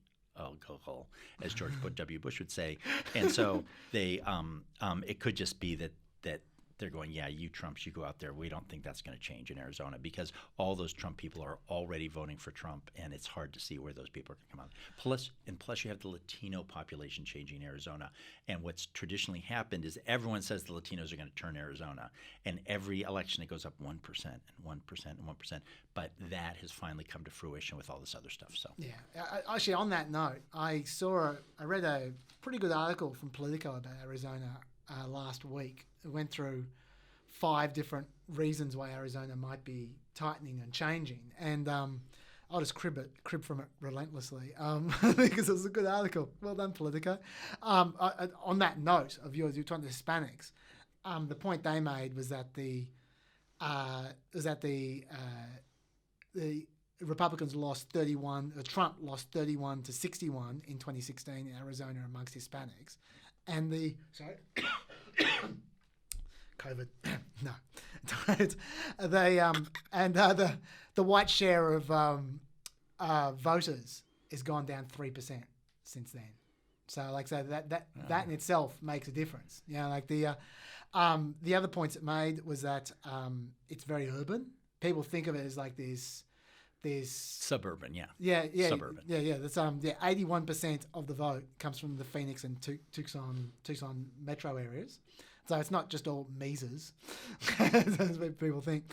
It's got loads of seniors. Apart from Florida, it's got apparently... And he's doing really poorly amongst seniors. Well, he's trying to kill them. Yeah, that's right. And the other thing about seniors in Arizona is that in Florida, you have a lot of seniors who are just there, and you have a lot of New Yorkers who are the traditional liberal seniors. In Arizona, you have a lot of what they call the snowbirds, and are people from the Midwest. And they're not quite... I mean, they're traditionally Republican, but they're not crazy Republican. And there are some of them, of course. But that whole Trump Republican versus traditional Republican, you still have that Barry Goldwater, John McCain. And again, John McCain was not popular in the Republican Party, right? But there were still a lot of traditional Republicans. And so the ones who did support McCain are, of course, find Trump unforgivable, right? So I think that even if they don't, I think that a lot of the undecideds we see are disaffected Republicans, right? And so just imagine if you were a Democrat in America, and if this is a thought experiment, but imagine if Trump had been a Democrat. Okay, and you were just but if you were just as appalled as you are now, right? But you happen to be a Democrat, and Trump was, your guy. But you were looking at the exact opposite, and you're thinking, "Oh my God, do I want Mitch McConnell to be majority leader of the United States Senate? Do I want da-da-da?" And it'd be really hard. And you tell people, "Well, I'm basically undecided," but there's no way in your heart you could vote for Trump after seing what he did, even if you're a lifelong Democrat. So you think it's a shy Biden vote in a weird way, or just people who just are not going to vote for Trump? I mean, they're just going to be a lot of people who are just appalled by him because he is an appalling person. And the point you make, I think, is a good point, which is, even if only 15% of Arizona Republicans dig John McCain at all, or 10% of Arizona Republicans love John McCain, you get a 5% Biden win, right? Which is what we're saying. Exactly. Like Trump's whole strategy is to go all in on the base. He needs 100% of the base. Yeah. If he only gets 85% of the base, he loses. Yeah. So that is actually critical. I was going to say, you were setting up the Political article very well, because when you were talking about the snowbirds, they made the point as well about California imports, saying that in 2016, Trump won Arizona by 91,000 votes. According to the census, in 2017 alone, 60,000 Californians moved to Arizona. And that's another way of saying another thing about Arizona. It's traditionally been one of the fastest growing states in the union. I mean, for decades. Phoenix and Maricopa County which is this enormous, the Phoenix Metroplex. It's where there is a downtown, but it's kind of funny because Arizona is basically the same size as New South Wales. Phoenix is basically the same size as Sydney, right? But it's completely different because it's just all mile after mile of undifferentiated suburb and a very small downtown. On the other hand, it's the 5th largest city in America now, right? I think. Okay, so you're talking about just underneath Houston and right around Philadelphia. So it's this mega city, but it's it still has that Sun Belt kind of thing. And has terrible public transport, I believe. Oh yeah, it has none. Yeah. Yes. Yeah, it's a drive. No, everyone has two. I mean, everyone has 2 cars. Yeah. It's a very strange. I could tell you stories. So. But so it's those suburban voters, and you just have a lot of people who just aren't invested in that traditional Republican thing in the first place. But the city is. I was talking about culturally conservative. The city is culturally Republican. Okay, so it is affected the suburban voters. They're all Republicans. Okay, and up until 10 or 12 years ago, they were just massively Republican. So they're culturally Republican, but of course Trump has split the Republican Party. So a lot of them, mothers, a lot of sane people are just saying, look, we did not sign up for this nonsense. On that note, aren't there a lot of Mormons in Arizona? Oh my God. Yeah, because the Mormons don't like Trump much. So because Jeff Flake was a Mormon. Yeah. Trump basically drove him out of his seat. Yeah. And that's another part of the thing with Romney. And what I was going to say is that, I really have issues with the insertion of these religious values into American political life, and the Mormons are very, they're one of those religions that are just a little too into their religion, right? Yeah. And so Romney's one of the guys I'd love to get abortion banned totally by the Supreme Court, right? Now, on the other hand, he does have a lot of backing in his community because the Mormons, a lot of them are appalled by Trump, and also his attacks on people like Flake and Romney, right, does affect the Mormon community. But it is the largest Mormon community in the United States outside of Utah, and a suburb of Phoenix is called Mesa, and there's a huge Mormon temple there. I should make one more point, and this is not from the Politico article, about Arizona, and that is that it's the home of the Grand Canyon. That is, I did know that. That's about all I know about Arizona, other than what I read. But it is a place where there's a lot of mail-in voting. Normally, there's a lot of mail-in voting, so I imagine it'll be even more now. And from memory, it was extremely slow in 2018. I think it took weeks to declare Kirsten Sinema a winner. And I think it was because of the mail-in voting. Yeah, and a lot of, and I'm sure you guys have talked about this before. I can't remember hearing you that a lot of these states, they just have rules that you can't begin to count the ballots until Election Day. Yes. Some don't, some do. Yes. So on the other hand, there is a Democratic person who's in charge of elections, Katie Hobbs. Okay, so that's one thing. Now, and I know from personal experience that the way they have been doing voting is appalling. Because I remember, I forget how many years ago, trying to vote, and there was a line like 1,000 people long at the, they lowered the number of polling places. It used to be, every precinct basically had a polling place, and they tried to get away from that. And I actually don't think it was nefarious. I just think it was incompetency that they just said, oh, look, people should mail in vote, and we'll just lower the number of polling places and save some money. But there were enormously inflamed people, so there's been a lot of reform. So one issue we had in Arizona is that people just literally weren't able to vote because they limited the number of polling places, which is another way to disenfranchise people. But again, it was just incompetent because they were doing it in all the white suburbs where those are the votes presumably the Republicans would want. Well, regardless, it's I think if it becomes a tipping point, I don't think it's become a tipping point state in the Senate for the reasons we just said, but if it becomes a tipping point state in the election, that's huge. Yeah. That's waiting for a while. That's one of those scenarios where we're not going to know the answer for weeks potentially. That's really true. Yeah, so we should just be aware of that. Hey, and there are some other super interesting. I mean, North Carolina, I think, is a lot like Arizona. And North Carolina is actually a little more of an I don't want to say intelligence state, but it's more of a there's a brain trust there in what they call the research triangle, Raleigh, Durham, and Chapel Hill, where there's a big university. So that's in eastern North Carolina, but it's a rural South state, right? But you do have this sort of admixture of this almost like kind of Northern Virginia thing going on, where you do have this very sophisticated growing suburban base that isn't quite as backward, let's say, as the rest of these southern states. And Obama I think Obama won in 2008. Yeah. He did. Yeah. So you do have those sorts of indications. You do have a large black vote. Again, in a state like North Carolina, when you see a Democratic person, even ahead 2 or 3 points, again, I'm not a big I don't want to make it seem like I'm the biggest expert on these things, but it just feels weird in America that you see those sorts of things. It just strikes me that if there's 3 percentage points that are even saying they're for this Democrat at this point, that's a big deal, and again, we have to remember that again in Arizona that all Bush, Romney, and McCain, they were all getting 54, 55% of the vote, which is a pretty big win.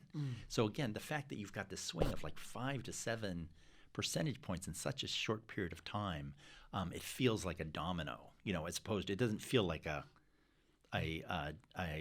swing issue. It feels like, boom, that's and again, things can change, obviously, right? But I think it's a little bit different than the Florida thing where you just have an evenly divided state, and the way Ohio used to be. You just said it's just a state that, and people always say, why do the swing states matter so much? Why do they get to decide? And the thing is that if you're running for president, you want to do it the easiest way, right? Yeah. And so Biden could be saying, well, I'm going to win. I want to win Montana votes.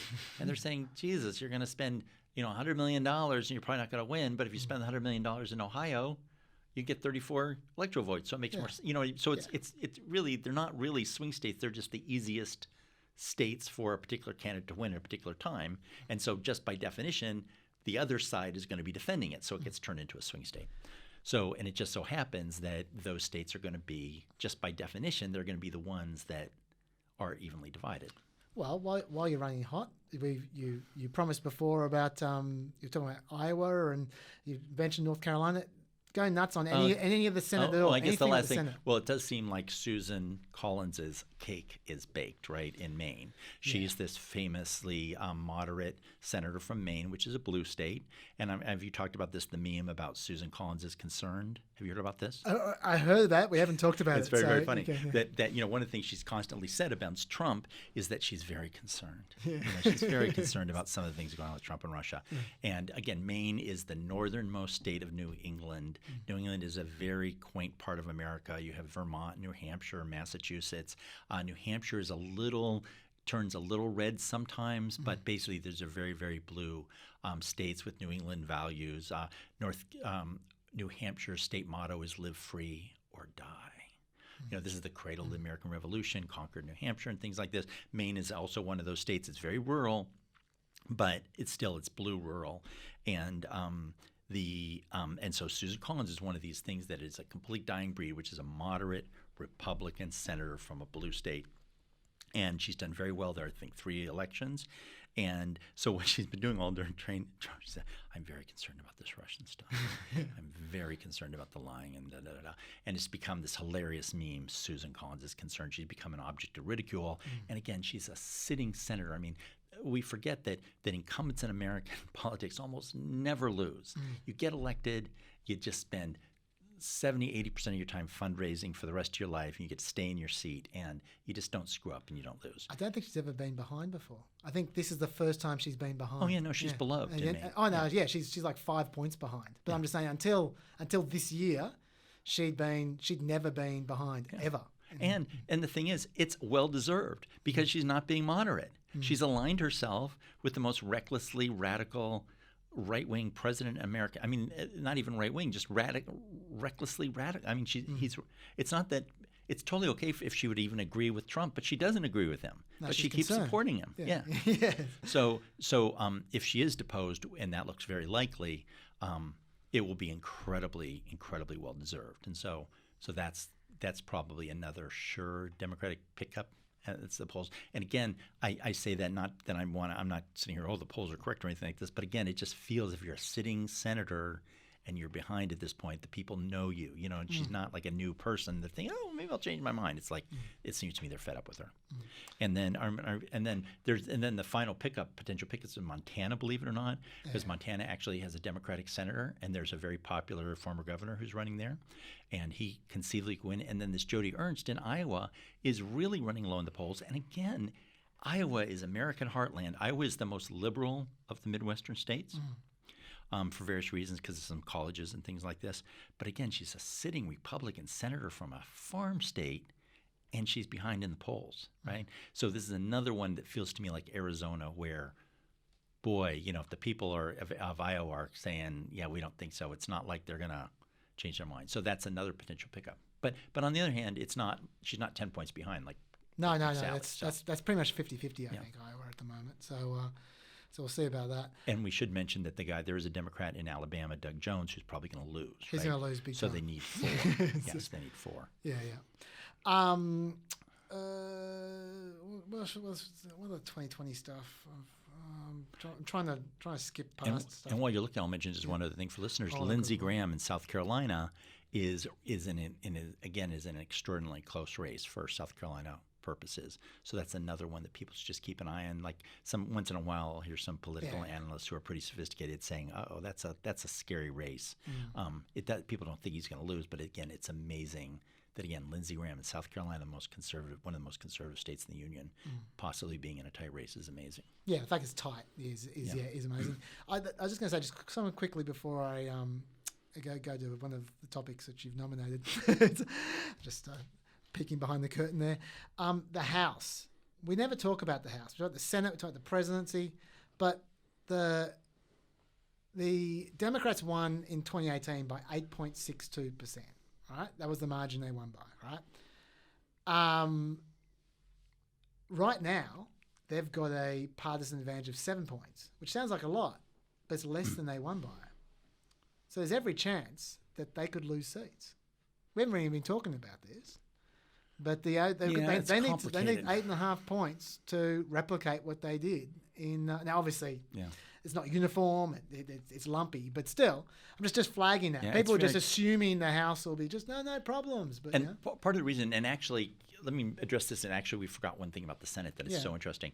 That with the House, because the Democrats won 41 seats last time, something like that. Whenever you have a big swing like that, you create a whole bunch of new vulnerable incumbents. Yes. Like when you have a huge swing, that means a lot of these people wanted to Trump country and just took people away, right? Yeah. And then what happens is the people on the other party say, okay, you're going to be there. It's just like Doug Jones in Alabama, right? He won that special election, and everyone in Alabama was saying, you got 24 months, buddy, and then just start, we're going to slap your ass on the way out, right? And so can I go back to the Senate real quick? Please do. Really quickly. Okay, so one thing people should understand, the reason this is so important, the Senate this time, is that last midterm elections, the Democrats, in the wake of this extraordinary repudiation of Donald Trump, one of the biggest swings in the House in American history, 41, 42 seats swing to the Democrats, right? The Republicans picked up 2 Senate seats. It's just amazing. Like, how could that happen? Because, that was when Trump's approval was at its lowest, and this is what traditionally happens to incumbent presidents. Anyway, you lose something in the midterms, but this was one of the worst. And so so one of the things I think I mentioned in an email to you is that think of like a slot machine where you have these spinning wheels, right? And there's different wheels, and they all come up random things, but once in a while they all line up, okay? This is one of those years where all these things line up. One thing is that Senate terms are 6 years, and they're staggered. So you get elected in a presidential year, and then 6 years later, you're up for election in a midterm, right? Or you're elected in a midterm, 6 years later, you get re-election in a presidential thing.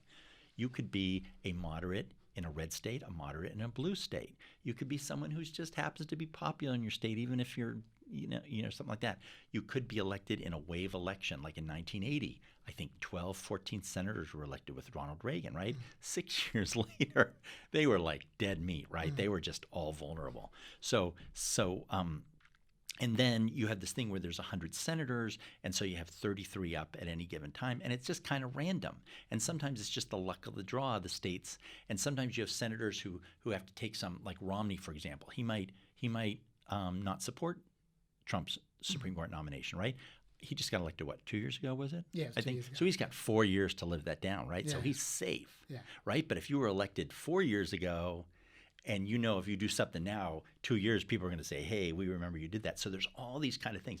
And this is one of these years. So there's 33 seats up, and then there's 2 special elections. The Arizona race is a special election. there's another one in Georgia we haven't even talked to you about yet, Yeah, right? yeah. Okay. Just very quickly, Arizona special election. I just got to say, I know we can't go much longer because Mike is a very nice guy who lends us this room. Is standing up. He wants to get out of here. We got to get out of here. Okay. No, he's just stretching. Okay, that's fine. All right then. Okay, let's just kick back. No, it won't be too much longer. On the special election, a critical thing about Arizona, I should have said way back, is that it limits Mitch McConnell's options with the sixth judge. Yeah. Because since it's a special election, it means that if Mark Kelly wins in November, he's not seated in January with the other guys. He's seated almost immediately. November 30. Yeah. So on November 30, if Mark Kelly wins, and he's going to win, then the Republicans lose a Senate seat. Yeah. And so it's not 4 Republicans that have to defect, it's 3.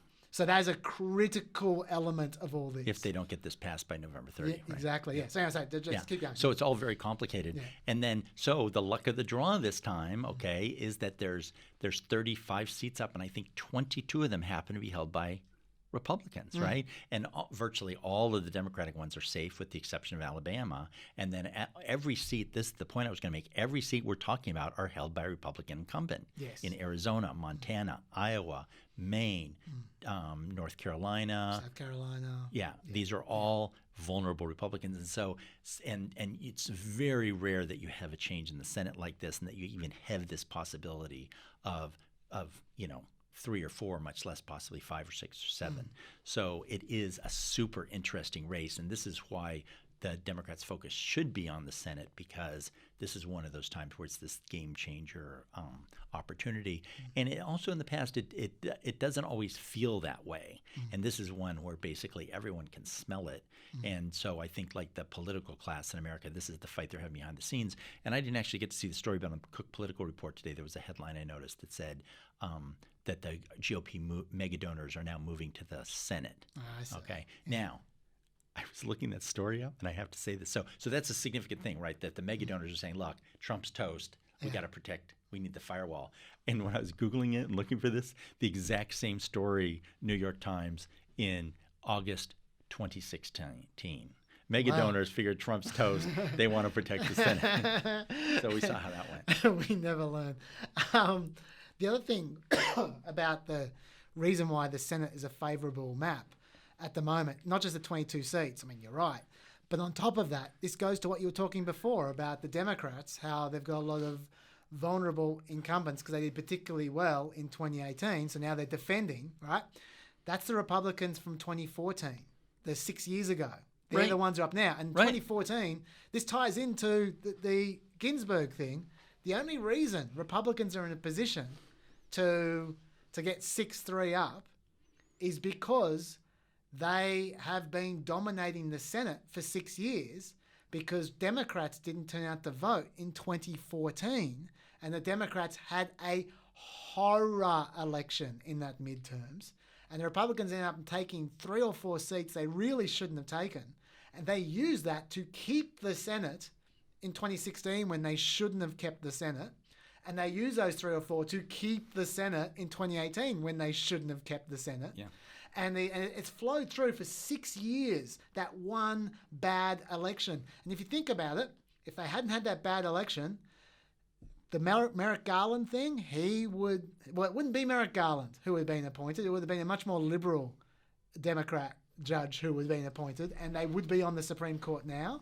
And Donald Trump, if he won the election, would have been denied his elections in 2017 and 2018. There would be no Gorsuch, there would be no Kavanaugh, because the Democrats would have held the Senate, and they would have at the very least forced Donald Trump to make a more moderate selection and possibly denied selections altogether. That's all from one bad election in 2014. And that one bad election is setting up the counter-election now, which the Democrats can reap the benefits of if they have a good election now.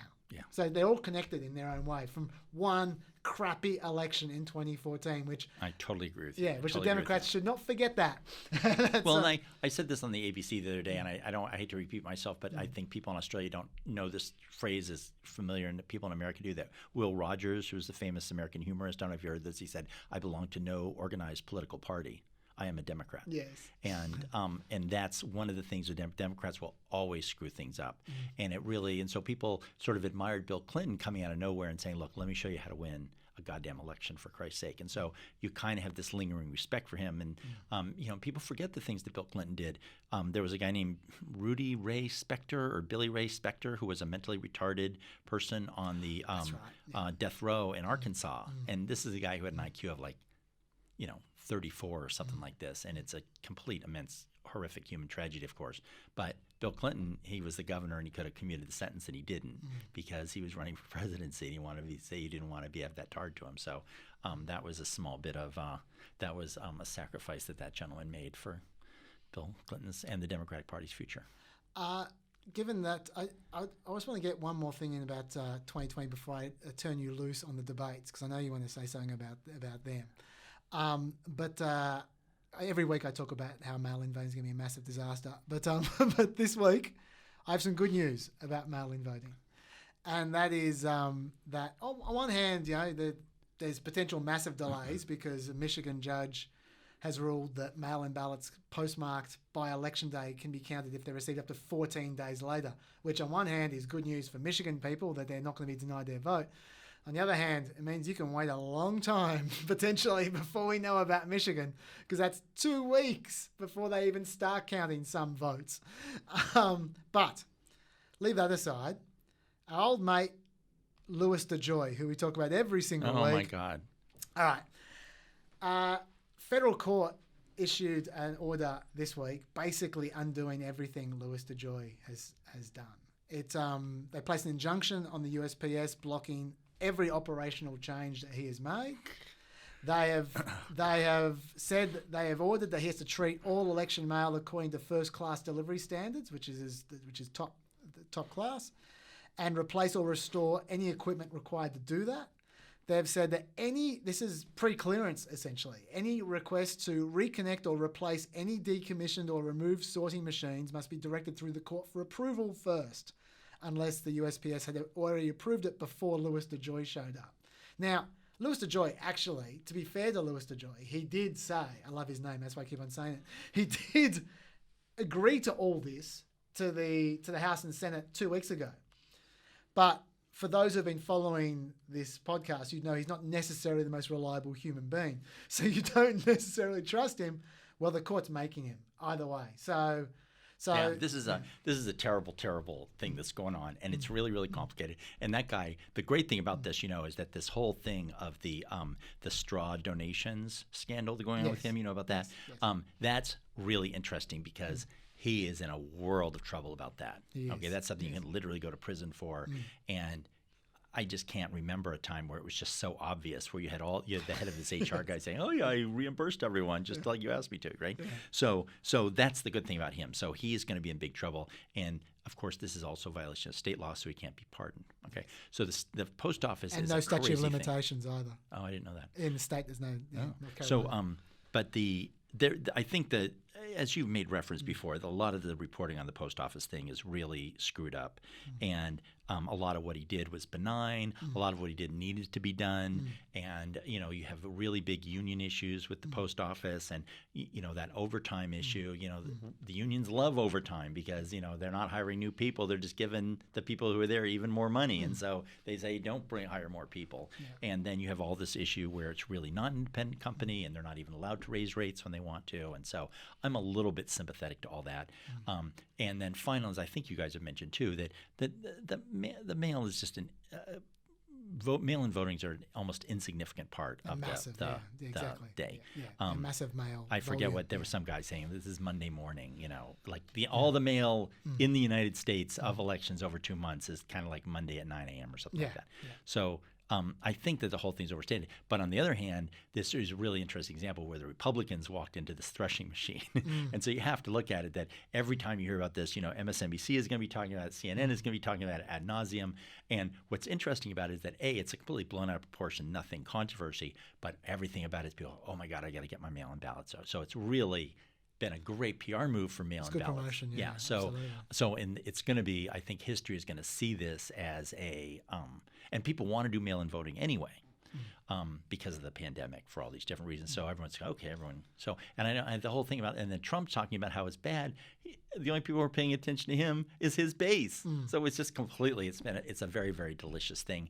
And the real issue with these things, and I know from living in America, is that the mail-in voting things, when they come, they're very governmental, and they get these pieces of paper with, thousands of words of small print and stuff like this, and it's really not that complicated. They want you to fill out your ballot, put it in the goddamn envelope, and write your signature on the outside and stick it in the goddamn mailbox, okay? But, the back of the envelope has 500 or 600 words and all this stuff, and like all you need is a big red box. Sign this stupid, you idiot. Yeah. Don't forget to sign it. That's all it needs to say, right?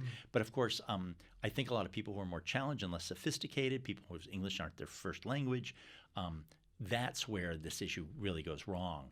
And I think a lot of secretaries of state should be working hard to make the whole process a little easier for people who have better things to do than read 75 lines of small print when it's really not that hard. That is more than fair. And by the way, I love the fact that you actually watch our show. That's a step up from Dr. Dave. Oh my God, he doesn't even watch the show? No, he doesn't. But neither do I, so I can't. No, it was good that you guys mentioned it because a lot of people they don't mention it, and it is. Yeah. It's a fun thing to talk about, but it should be said. Look, it's really not an issue. The mail. It's not. It's in not. the And United now States definitely is not not. an issue. Yeah. Okay, so just to finish off, because you told me that you wanted to talk about debates, well, particularly Chris Wallace. So I want to give you, really quickly, since you're a guest, I want to give you the option. Go for it. Just so people know that the first debate is in, I think, in a week, right? Yeah. September 29th. It'll be very interesting. And but the moderator is going to be Chris Wallace. And of course, we all like Chris Wallace, right? Because remember, he did that interview just a couple weeks ago. Remember, and he said, "Oh, Mr. President, it was such a stupid thing. It had an elephant on it. Remember?" And all you had to do is count back from 100, and then Trump's talking. And he goes, 93. Yeah. So all of a sudden he's a hero, okay? And the thing about Chris Wallace is that he works for Fox News. And people always say that Fox News is a conservative news outlet, okay? It's not a conservative news outlet. It's a Republican news outlet, okay? It's partisan. And there's a big difference between being political and being partisan. Like I would respect if someplace, look at, it's our network. We're against gay marriage. We're against abortion. We think women shouldn't get these rights. We don't think blacks should have these rights. And we're against all these things. And we're going to support people who do that and not support people who don't.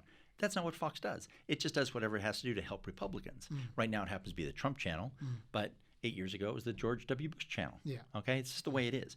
Yeah. And so by letting Chris Wallace run a debate, it's completely giving, and he did one other debate, I think. He did 4 years ago.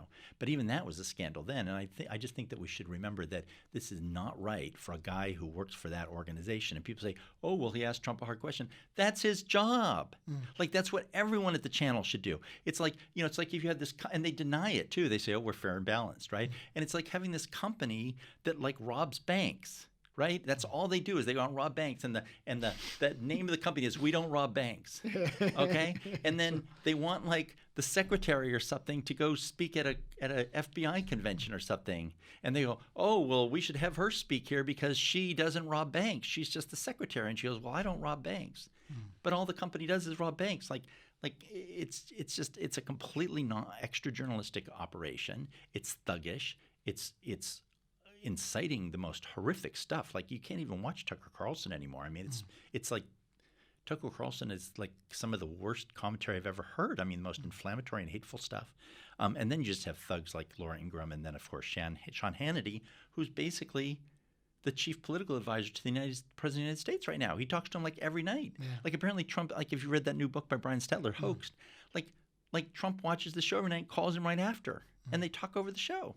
So it's just outrageous that he's even part of it. And now, but here's the interesting point. It does raise some interesting questions because Wallace, who's the son, of Mike Wallace, the famous 60 Minutes reporter, has to ask Trump hard questions, right? Because he can't be seen to be going easy on him. So that's kind of interesting.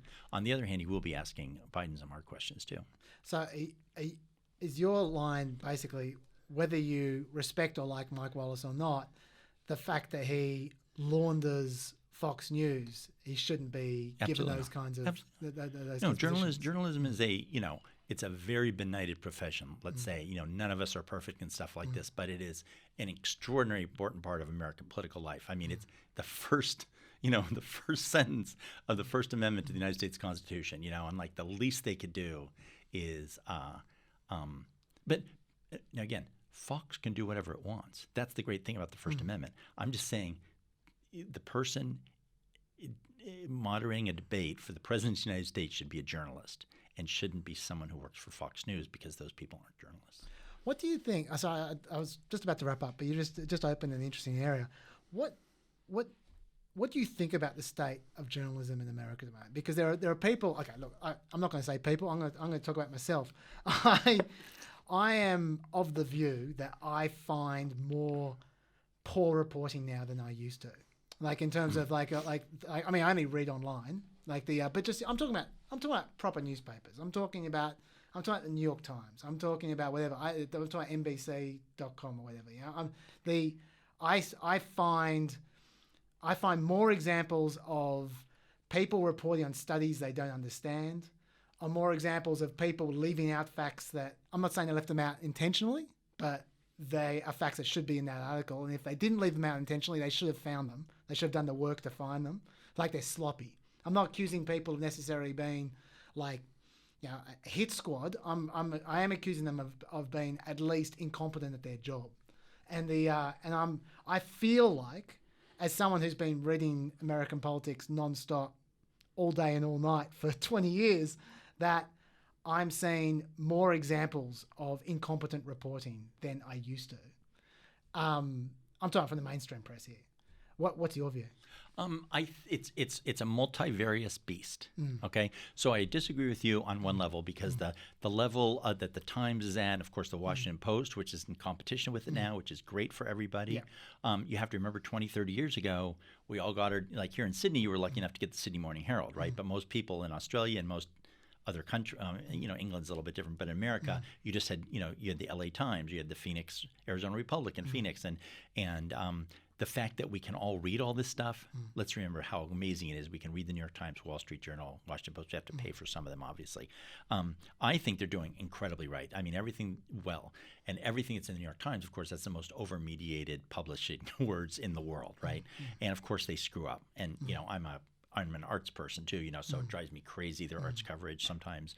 Of course, they have huge scandals, right, that we've seen in the past 20 or 30 years.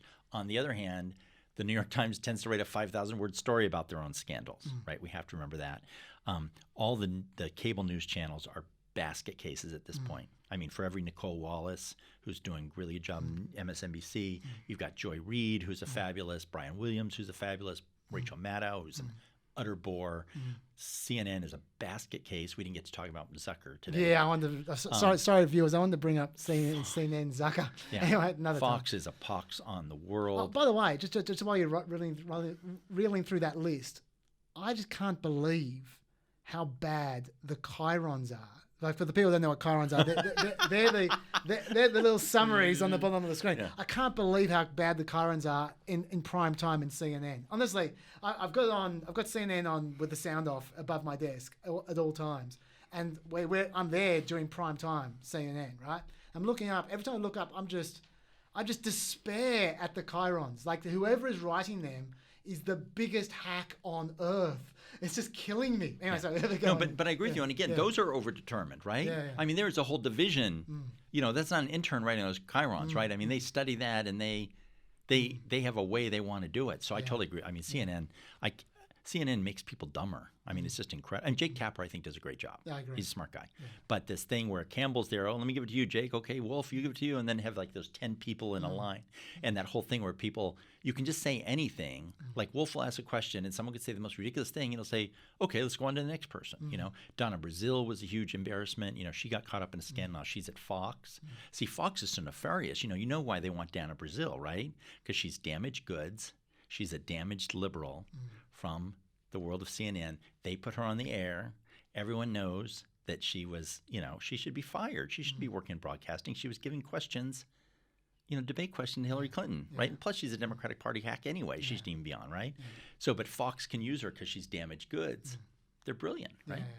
And then, but you have like BuzzFeed does such great stuff. I mean, Vice is doing great stuff. I mean, to me, there's all these things that, we forget how much great stuff is out there. And we also have these other ways to, one of the great things about social media is that you might post something, if I'm following you on Twitter, which I don't think I am yet, but, oh, here's this great story. It's like, oh, that's how social media is supposed to work. So, but I take your point that the 24-hour news process, the rushing, you see typos in the New York Times that you never used to see. So I take your point. I think it's like true in the context of it being an extraordinary operation, I really, really, really wish I didn't have to wrap up, but I'm still going to write the show for tomorrow. I'm going to edit this. Thank you. Well, I learned a lot. Well, I did too. Thank you so much for that, Bill. And where can people find you? They can follow me on Twitter. Don't give your address. Just Let me give you my number. Here's my credit card number. I'm on Twitter, and it's it's Hitsville in Oz, O-Z. And I also, my traditional Twitter handle is @Hitsville. And of course, I'm on Facebook. You can find me there.